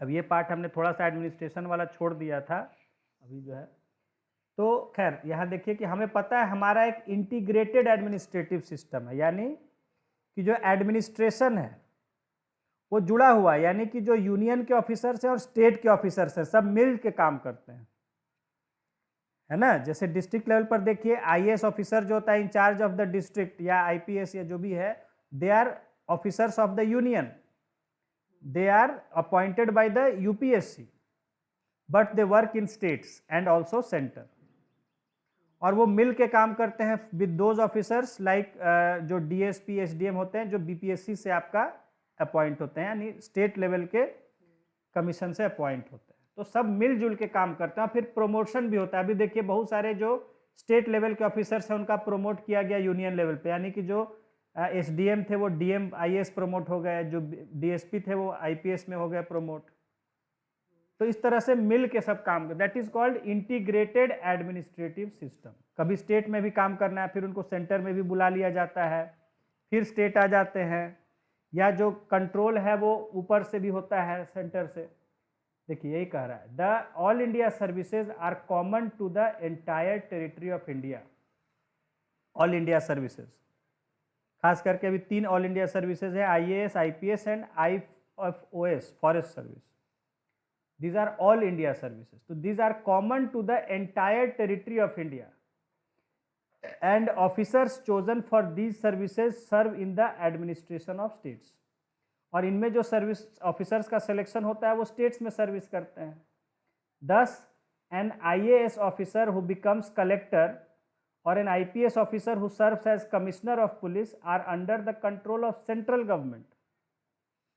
States can neither take disciplinary action nor they can remove these officers from service. तो ये union government के control में होते हैं, state government इनके खिलाफ disciplinary action नहीं ले सकता है, ठीक है ना। इनके खिलाफ डिसिप्लिनरी एक्शन या तो होम मिनिस्ट्री लेता है या यूपीएससी के उससे एक बोर्ड होता है सर्विसेज बोर्ड, वो लेता है, ठीक है ना। स्टेट गवर्नमेंट उसमें नहीं कर सकती है। अब आ गया जो आप कह रहे थे, देखिए articles 33 and 34, 33 and 34 authorise the parliament to protect persons in the service of union और state in respect of any action taken by them during martial law to maintain or restore order. अगर martial law लगा हुआ है, फौजी कानून चालू है, उस समय कोई भी ऑफिसर कोई भी उस समय एक्शन लेता है, उसके खिलाफ उस पर कार्रवाई नहीं किया जा सकता है। मान लीजिए किसी को शूट एट साइट गोली मार दिया तो उसके खिलाफ कोई कार्रवाई नहीं किया जा सकता, उसको प्रोटेक्ट करता है पार्लियामेंट, समझ गए। तो articles 33 and 34 authorise the parliament to protect persons in service of union, जो यूनियन गवर्नमेंट या स्टेट के सर्विस में है, in respect of any action taken by them during martial law to maintain or restore order. This provisions further strengthens the power of union government. Union government का इससे power और बढ़ जाता है। देखिए आप जो लिखे आ गया, The Armed Forces Special Powers Act has been made on the basis of these provisions 33-34, और यहाँ जो कह रहा है 257, तो उसके आधार पर armed forces special power act बनाया गया है। This act has created tensions between the people and armed forces on some, कई मामलों कई हालात पर कई मौक़ों पर जो है इसमें आम आदमी और फोर्सेस के बीच में टेंशन क्रिएट हो जाता है। हाँ, उस पर कार्रवाई नहीं होगी। नहीं, और इमरजेंसी में भी कोई हाँ, घूम रहा है तो उसको गोली इमरजेंसी में वो डिक्लेयर करती है गवर्नमेंट की, अभी जैसे कर्फ्यू लागू है, वो कर्फ्यू फुल टाइम लागू कर सकती है, ठीक है ना, तो उस समय वो सब चीज़ होता है। इमरजेंसी में भी बोलेगा कि हाँ अगर रोड पे घूमेगा तो गोली मार हाँ, तो बिल्कुल बिल्कुल गवर्नमेंट का आदेश रहेगा तो करेगा ही, और वो सीधे सेंट्रल गवर्नमेंट कहीं भी लगा के कर सकता है। जैसे अभी देखिए हो सकता है वक्फ के मामले पे हो, अभी आपको देखने को मिले ये सब बहुत चीज़, वक्त पे बंगाल में अभी देखिए ना, करेंटली हिंसा चल ही रहा है ना। अभी तो कर्फ्यू लगा अब है देखिए, मुर्शिदाबाद में। देखिए यहाँ पर यही आपके सामने तो भाई फोटो है, ये देखिए परेड कर रहे हैं, सिक्योरिटी पर्सनल एट सजुरा मोड़ इन मुर्शिदाबाद डिस्ट्रिक्ट। हो रहा है ना मुर्शिदाबाद में, सेंट्रल गवर्नमेंट का फोर्स गया हुआ है।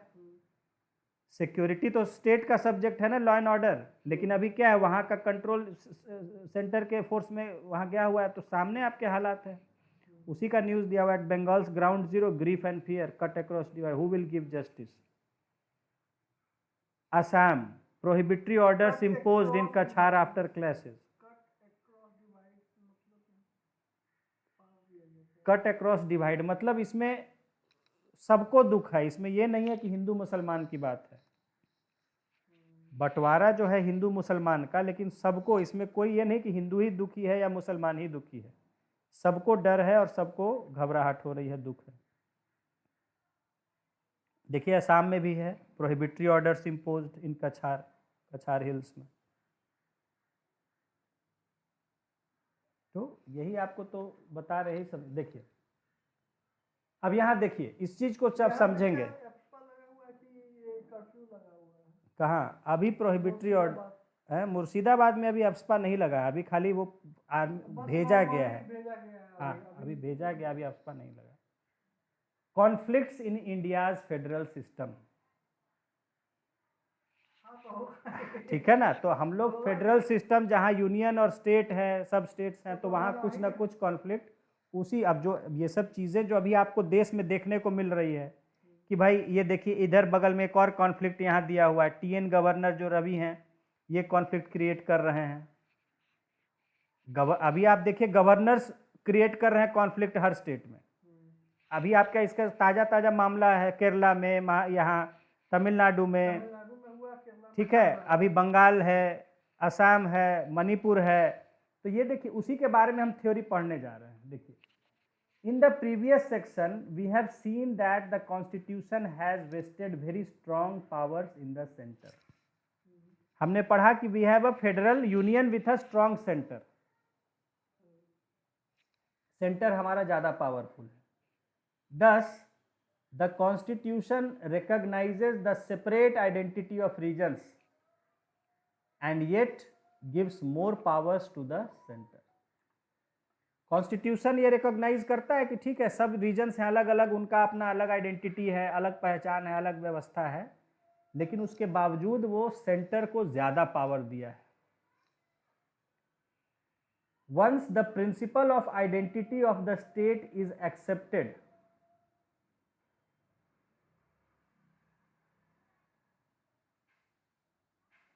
इसको लें आज की, अभी थोड़ा करंट देख लें जो अभी चल रहा है। हाँ नहीं समझना पड़ेगा, फिर ध्यान से दीजिएगा, थोड़ा समझना पड़ेगा इसमें। समझाएं? ठीक है, देखिए ध्यान दीजिए अच्छे से।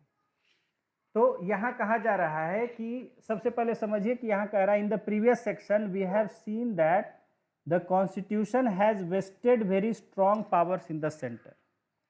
पहला जो हमने देखा कि इंडिया में जो फॉर्म है फेडरलिज्म का, कि we have a union with a strong centre.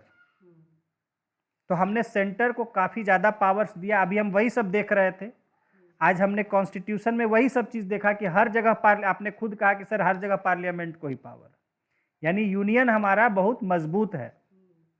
हमने स्टेट्स को समझा है, कॉन्स्टिट्यूशन में कहा गया कि हर स्टेट का अपना कल्चर है, इसलिए उसको अपना ऑटोनॉमी दिया गया है, अपना पूरा पावर्स दिया गया स्टेट लिस्ट में कि आप उस पर अपना लॉज बना सकते हैं। बहुत सारा सब्जेक्ट है जो कि स्टेट के कंट्रोल में है, अभी हम लोग ये सब चीज़ डिस्कस किए हैं।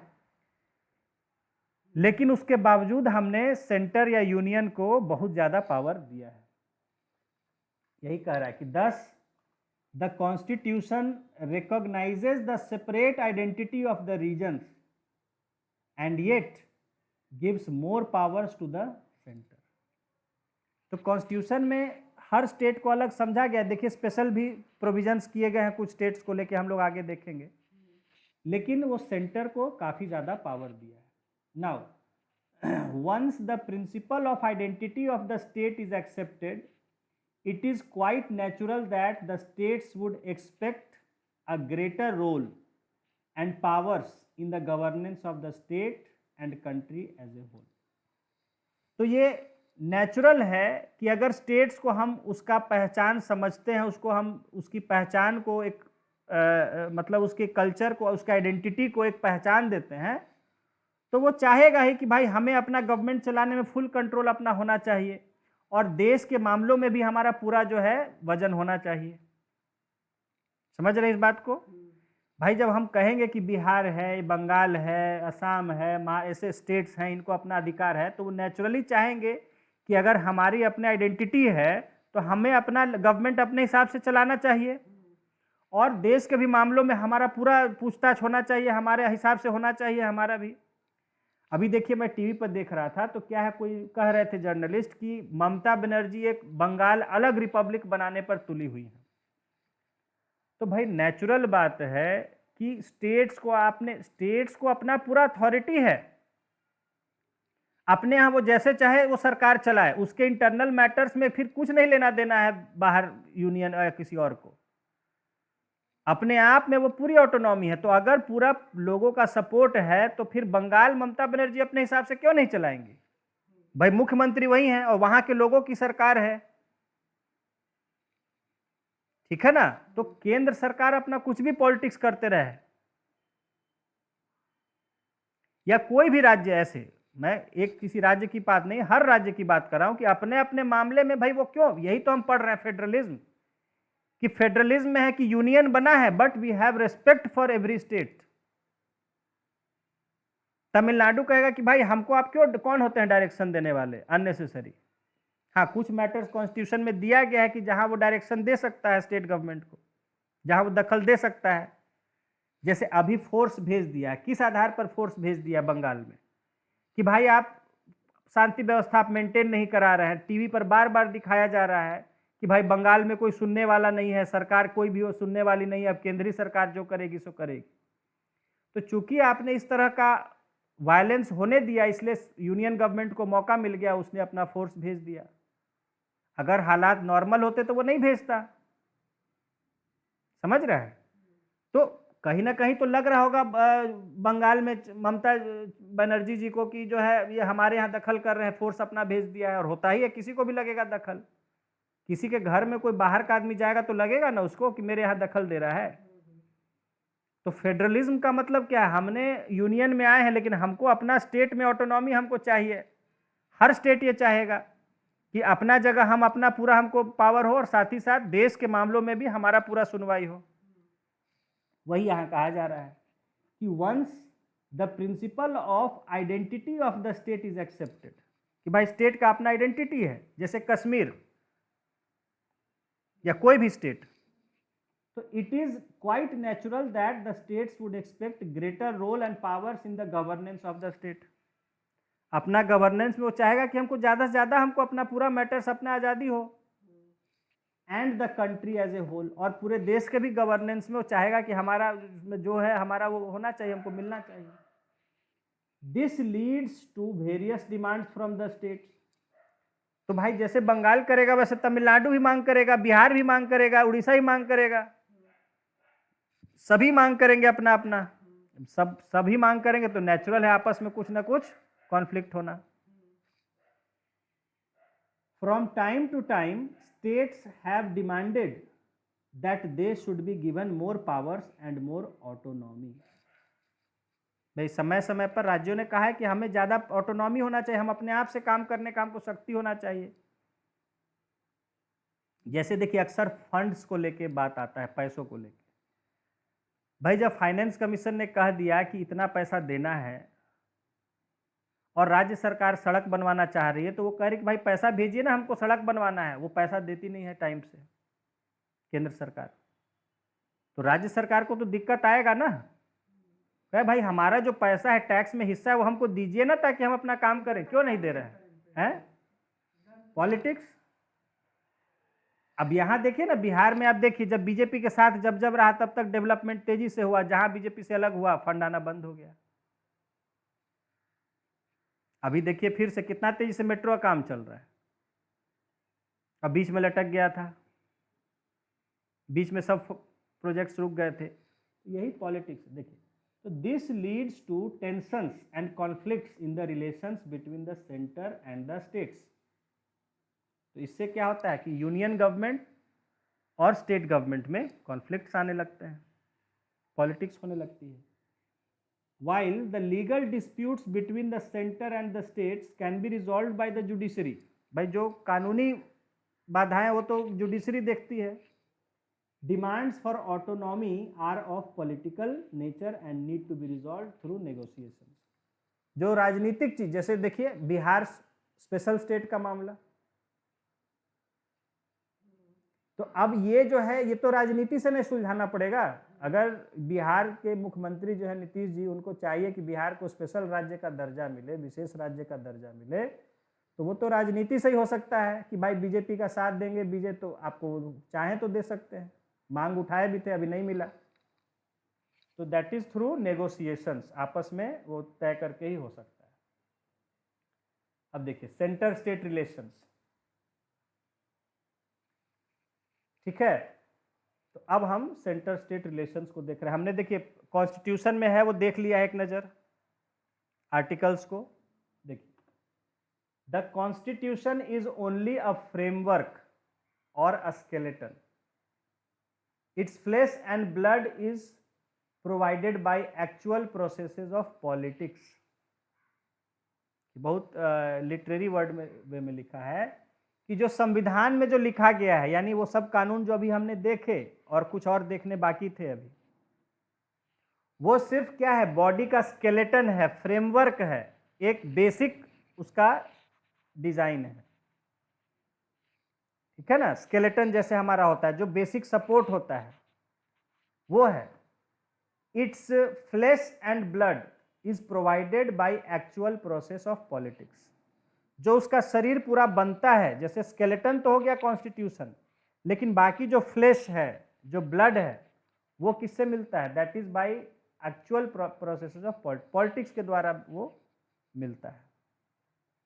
Hence federalism in India has to a large extent been influenced by the changing nature of political process। तो हमारे यहाँ जो फेडरलिज्म है वो हमेशा पॉलिटिक्स का जिस तरह का रुझान रहा है उससे प्रभावित रहा है। जिस तरह की पॉलिटिक्स, जैसे आपको पता है यहाँ का पॉलिटिक्स क्या है, अक्सर होता है जैसे अब किसी एक पार्टी का यूनियन में पावर है, यूनियन में वो गवर्नमेंट है, तो जितने विरोधी पार्टी होते हैं, जहां जहां उनकी सरकार होती है, उनको फंड लेट से मिलता है या नहीं मिलता है।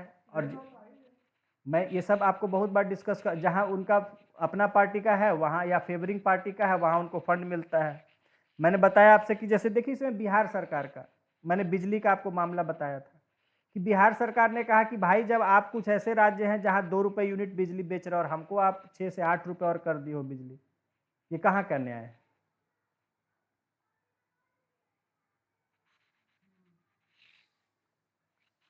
In the 1950s and early 60s, the foundation of our federalism was laid under Jawaharlal Nehru. हमारा जो फेडरल यानी कि जिस तरह का यूनियन और स्टेट्स का आपस में एक रिलेशनशिप है, उसका फाउंडेशन किसने रखा था? पंडित जवाहरलाल नेहरू ने रखा था 1950s और 60s में। It was also a period of Congress dominance over the centre as well as states. और वो क्या हालात थे उस समय कि पूरे देश में चाहे यूनियन में हो या स्टेट्स में कांग्रेस का ही डोमिनेंस था, कांग्रेस की ही पार्टी का डोमिनेंस था, पार्टी थी, सरकार थी। Except on the issue of formation of new states, the relations between the centre and the states remained quite normal during this period. तो इस समय यानी 50s 60s तक नए राज्यों का डिमांड जो था उसको छोड़ के बाकी सभी मामलों पर यूनियन और स्टेट के बीच में काफी नॉर्मल रिलेशंस थे, कोई दिक्कत नहीं आती थी, क्योंकि एक ही पार्टी की सरकारें थी। अभी तो हम 60s तक ही हैं, अभी 89 आप क्यों भाग रहे हैं? हम अभी 50s और 60s का चर्चा कर रहे हैं। जब जवाहरलाल नेहरू जी थे तो उस समय नए राज्यों की जो मांग थी, जैसे तेलंगाना का मांग उसी समय से 53 में हुआ था, पोट्टी श्रीरामुलु से मर गए थे आमरण अनशन करते हुए, बहुत साल से चल रहा। तो नए राज्यों का मांग पर खाली कॉन्फ्लिक्ट हो जाता था। बाकी सभी मामलों पर जो है बिल्कुल नॉर्मल रिलेशंस रहता था, क्योंकि एक ही पार्टी की रहती थी सरकार तो कोई दिक्कत नहीं आती थी। The states were hopeful that they would be making progress with the help of grants in aid from center. States उस समय जानते थे कि भाई हमें केंद्र सरकार से पैसा आ जाएगा और उस पर हम अपना डेवलपमेंट का काम कर लेंगे सब, क्योंकि अपनी ही पार्टी थी। एक ही जहां पार्टी होती थी वहां अपना कोई दिक्कत ऐसे भी नहीं होती थी। Besides, there was considerable optimism about the policies of socio-economic development designed by center. और ऐसे भी मान लीजिए कहीं एक आध जगह दूसरे पार्टियों की भी अगर सरकार थी तो वहाँ उस समय केंद्र की नीतियों पर लोगों में बड़ा एक पॉजिटिव एटीट्यूड होता था कि नहीं, केंद्र सरकार की जो नीतियां हैं जो समाज को लेके या हमारे अर्थव्यवस्था इकोनॉमी को लेके वो बहुत अच्छी पॉलिसीज हैं और उसमें हम सबको कोऑपरेट करना चाहिए। हाँ, सोच भी थी, नेहरू और उनके साथ में जो लोग थे उस समय उनकी सोच भी इतनी पॉजिटिव थी कि उसमें कोई न पॉलिटिक्स ज़्यादा होता था, नहीं तो लोग अपना सभी पार्टियां जो भी थे मतलब उस समय सब सपोर्ट करते थे, कोऑपरेट करते थे।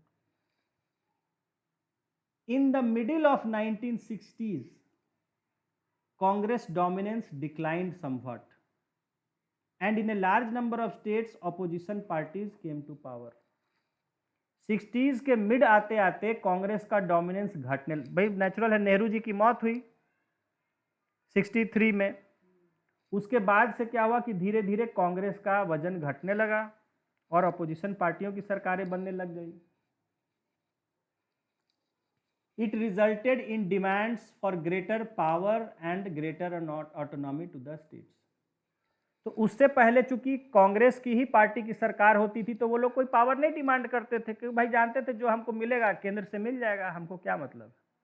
लेकिन जब अब ऑपोजिशन पार्टियों की सरकार आई तो वो तो पावर खोजेंगे कि भाई हम सरकार आए हैं तो भाई वो तो चाहेगा ना कि हमको सरकार का पूरा ताकत मिले, तो वो लोग खोजने लगे कि भाई हमको ऑटोनॉमी चाहिए, हमको अपने से फैसला, हम केंद्र पर क्यों डिपेंडेंट रहे।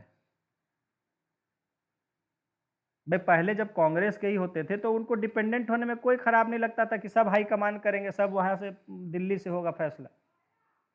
लेकिन जब दूसरे पार्टियों की सरकार बन गई वो कहे क्यों दिल्ली से होगा फैसला, हम खुद करेंगे, यहाँ फैसला होगा।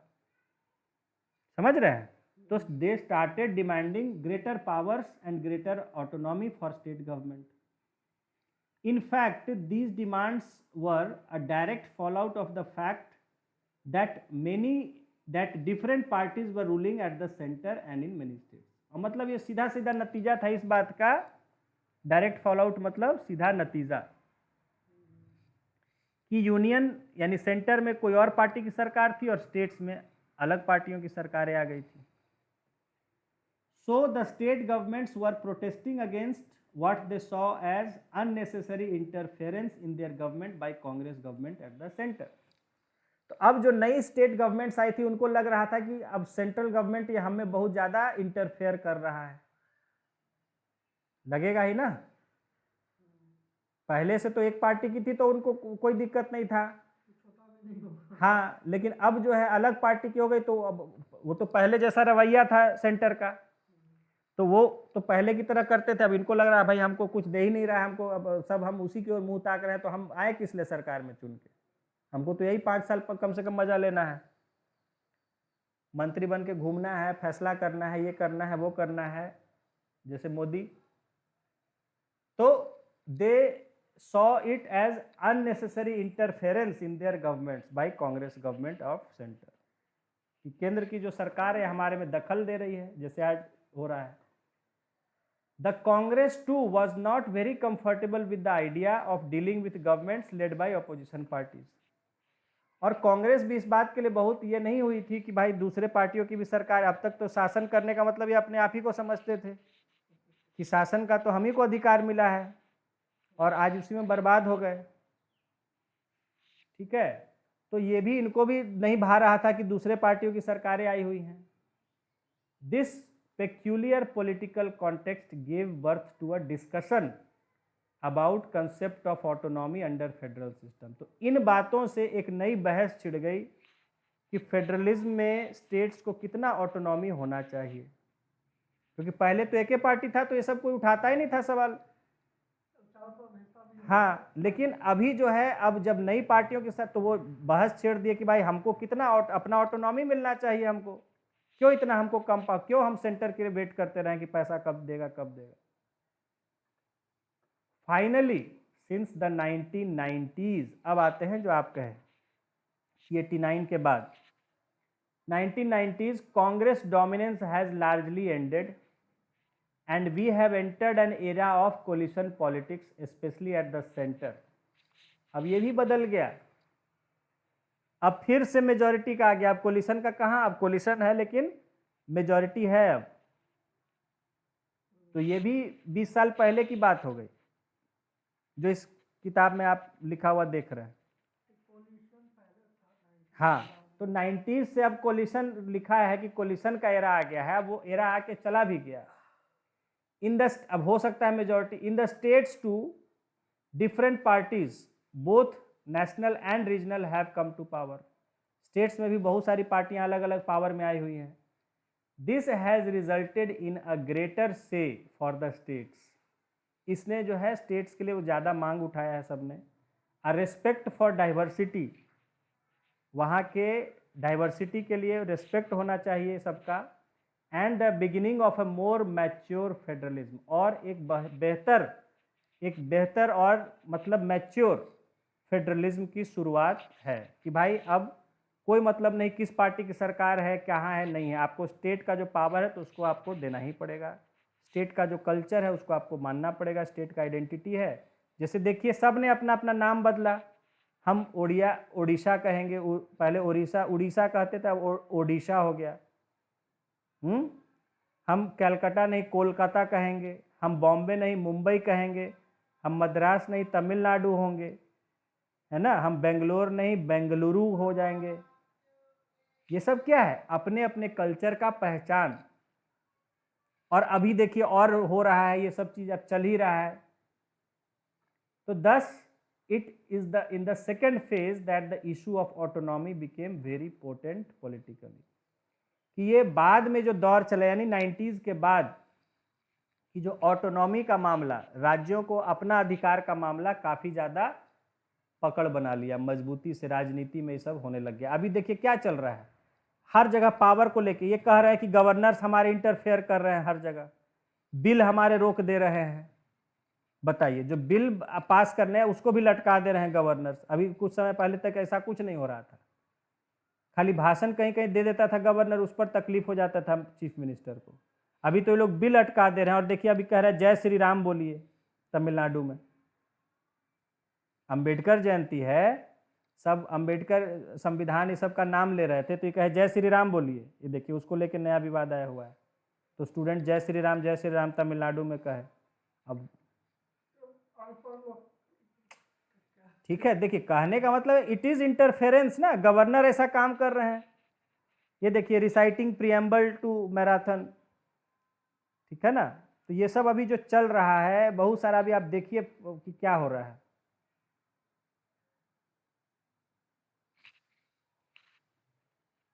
ठीक है, तो इसी में है डिमांड्स फॉर ऑटोनॉमी।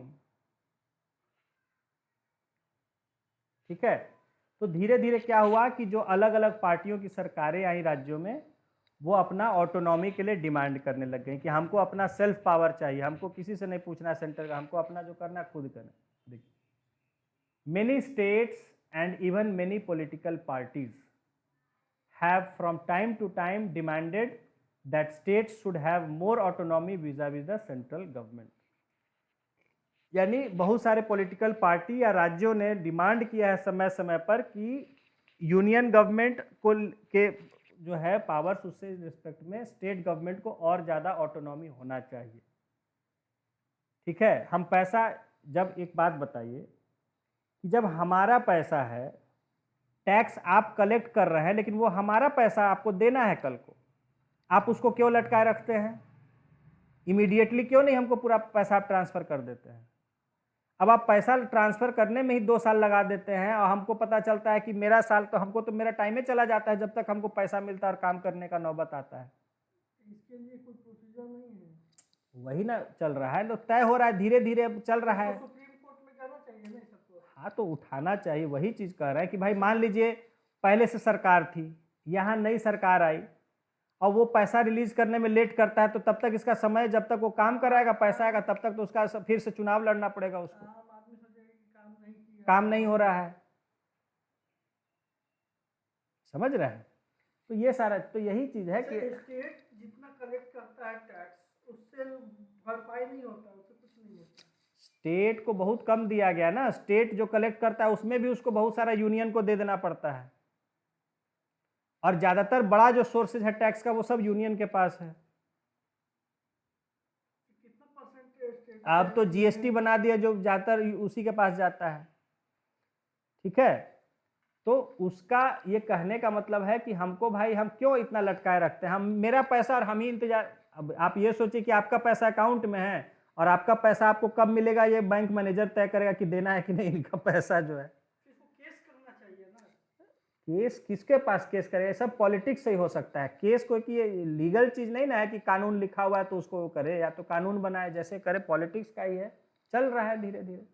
वही तो हम पढ़ रहे हैं अभी ना कि डिमांड करते रहे, यही ना लिख रहा है कि many states and parties have been demanding that states should have more autonomy. However autonomy refers to different things for different states and parties, लेकिन ऑटोनॉमी का मतलब भी सबके लिए अलग अलग हो जाता है। देखिए क्या है, sometimes these demands expect that the division of powers should be changed in favor of the states and more powers and important powers be assigned to states। कई बार ऑटोनॉमी का मतलब बहुत से राज्य कहते हैं कि सेंटर को बहुत ज्यादा पावर दे दिया गया है संविधान में, इतना पावर नहीं मिलना चाहिए, हम लोग को पावर रहना चाहिए अपने पास। बहुत लोग ये भी कहता है, बहुत से राज्य ऐसा कहते हैं।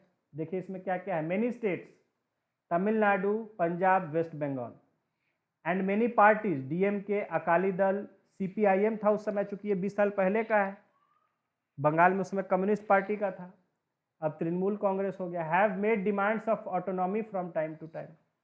पंजाब में अकाली दल और तमिलनाडु में डीएमके, इन लोगों ने कहा है कि हमें ज्यादा पावर्स होना चाहिए, कॉन्स्टिट्यूशन में ये गलत किया गया है कि सेंटर को इतना ज्यादा पावर दे दिया है।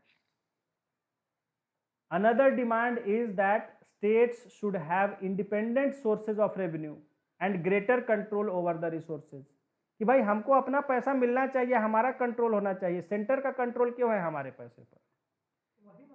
This is also known as financial autonomy, इसको हम फाइनेंशियल ऑटोनॉमी कहते हैं। देखिए इन 1977, अब सब आपको केस स्टडी दिया हुआ, in 1977 the left front government in West Bengal brought out a document demanding a restructuring of centre state relations in India. उन्होंने एक डॉक्यूमेंट लाया था, कुछ पब्लिश किया था, कि जिसमें कहा गया था कि सेंटर स्टेट रिलेशन जो संविधान में किया गया है उसको नए ढंग से करने की जरूरत है। In the autonomy demands of Tamil Nadu and Punjab also there was an implicit support to idea of greater financial power. Tamil Nadu और पंजाब ने भी ये कहा था कि हमें अपना फाइनेंस पर डायरेक्ट कंट्रोल हमको होना चाहिए, क्यों सेंटर का कंट्रोल है हमारे पैसे पर। The third aspect of autonomy demands relates to administrative powers to the states. States resent the control of center over administrative machinery. तीसरा जो है ऑटोनॉमी को लेके कि वो कहते हैं कि प्रशासन हमारे यहाँ, हम सरकार कैसे चलाएं इसमें हमारा अपना होना चाहिए, क्यों सेंटर दखल देता है, क्यों वो अपना फोर्सेज का या अपना पावर्स का इस्तेमाल हमारे दखल देने में करता है। जैसा भी हो रहा है कि भाई अगर वहां दंगा फसाद हो रहा था तो वो उसको अपना होना चाहिए था कंट्रोल करने का, क्यों सेंटर बढ़ के वहां दखल दे रहा है, भाई वो अपना कंट्रोल करता। हाँ तो या बहुत सारे मामलों में आप क्यों दखल देते हैं, या गवर्नर क्यों दखल दे रहे हैं। अब जैसे यहाँ हो रहा था यूनिवर्सिटीज का वाइस चांसलर का अपॉइंटमेंट को लेके, ठीक है ना, तो भाई यूनिवर्सिटी है वो स्टेट के लिए है, तो उसका वाइस चांसलर में स्टेट का वो होना चाहिए। अब वो गवर्नर वहाँ ऊपर से सेंटर से वहाँ के थ्रू यहाँ के लोग को अपॉइंट कर दे रहा है, तो वो पूरा शिक्षा व्यवस्था में उससे दखल हो रहा है। तो यानी बहुत तरह के गवर्नेंस में दखल इनको पसंद नहीं आता है कि हमारा सरकार है तो क्यों दखल दे रहा है। तो वही कह रहा है कि the states resent the control of centre over administrative machinery. अच्छा दूसरा है कि ऑफिसर्स कंट्रोल में होते हैं उनके, जो ऑल इंडिया सर्विस के ऑफिसर्स होते हैं वो सेंटर के कंट्रोल में है। Fourthly, autonomic demands may also be related to cultural and linguistic issues. Culture और लैंग्वेज से भी जुड़ा मामला होता है। The opposition to the domination of Hindi in Tamil Nadu और demand for advancing Punjabi and culture are instances of this. Punjab कहता है कि हम खाली पंजाबी देखें, पंजाब में है भी, पंजाब में आप देखेंगे खाली पंजाबी को प्रमोट करता है, और तमिलनाडु में वो हिंदी के खिलाफ हैं। तो ये सब जो है, ये सब मामले भी आ जाते हैं। Some states also feel that there is a domination of Hindi speaking areas over the others. कुछ राज्य ऐसा ही मानते हैं कि पूरे देश के पॉलिटिक्स में हिंदी बोलने वाले जगहों का ज़्यादा भारी ये है। प्राइम मिनिस्टर ये सब हमेशा नॉर्थ से होते हैं। In fact, during the decade of 1960s, there were agitations in some states against the imposition of Hindi language. ठीक है ना, कई राज्यों में तो धरना विरोध प्रदर्शन हुआ था हिंदी लैंग्वेज को लेके। देखिए यहाँ, during discussion on the national language in constituent assembly, Nehru had to appeal to Hindi speaking provinces to show greater tolerance towards others. आपने देखा भी संविधान सभा के बहस में, देखिए यहाँ दिखा रहा है कि ये हिंदी वाले नॉन हिंदी के ऊपर बैठे हुए हैं। सब जो नॉन हिंदी वाले हैं बेचारा उसके ऊपर सब चढ़े हुए हैं, और नेहरू समझा रहे हैं कि भाई मत करो उसका शोषण। ठीक है ना। तो ये कल्चर से भी जुड़ा हुआ आ जाता है। और नेक्स्ट टॉपिक जो है बिल्कुल हमारा करंट में जो चल रहा है वही आ जाएगा, role of governors and president's rule. इसको हम लोग नेक्स्ट क्लास में लेंगे। ठीक है, हाँ, क्योंकि ये इसके पहले पूरा आप ये आज का जितना आपको कहा है वो आर्टिकल सब रिवाइज कर लेंगे।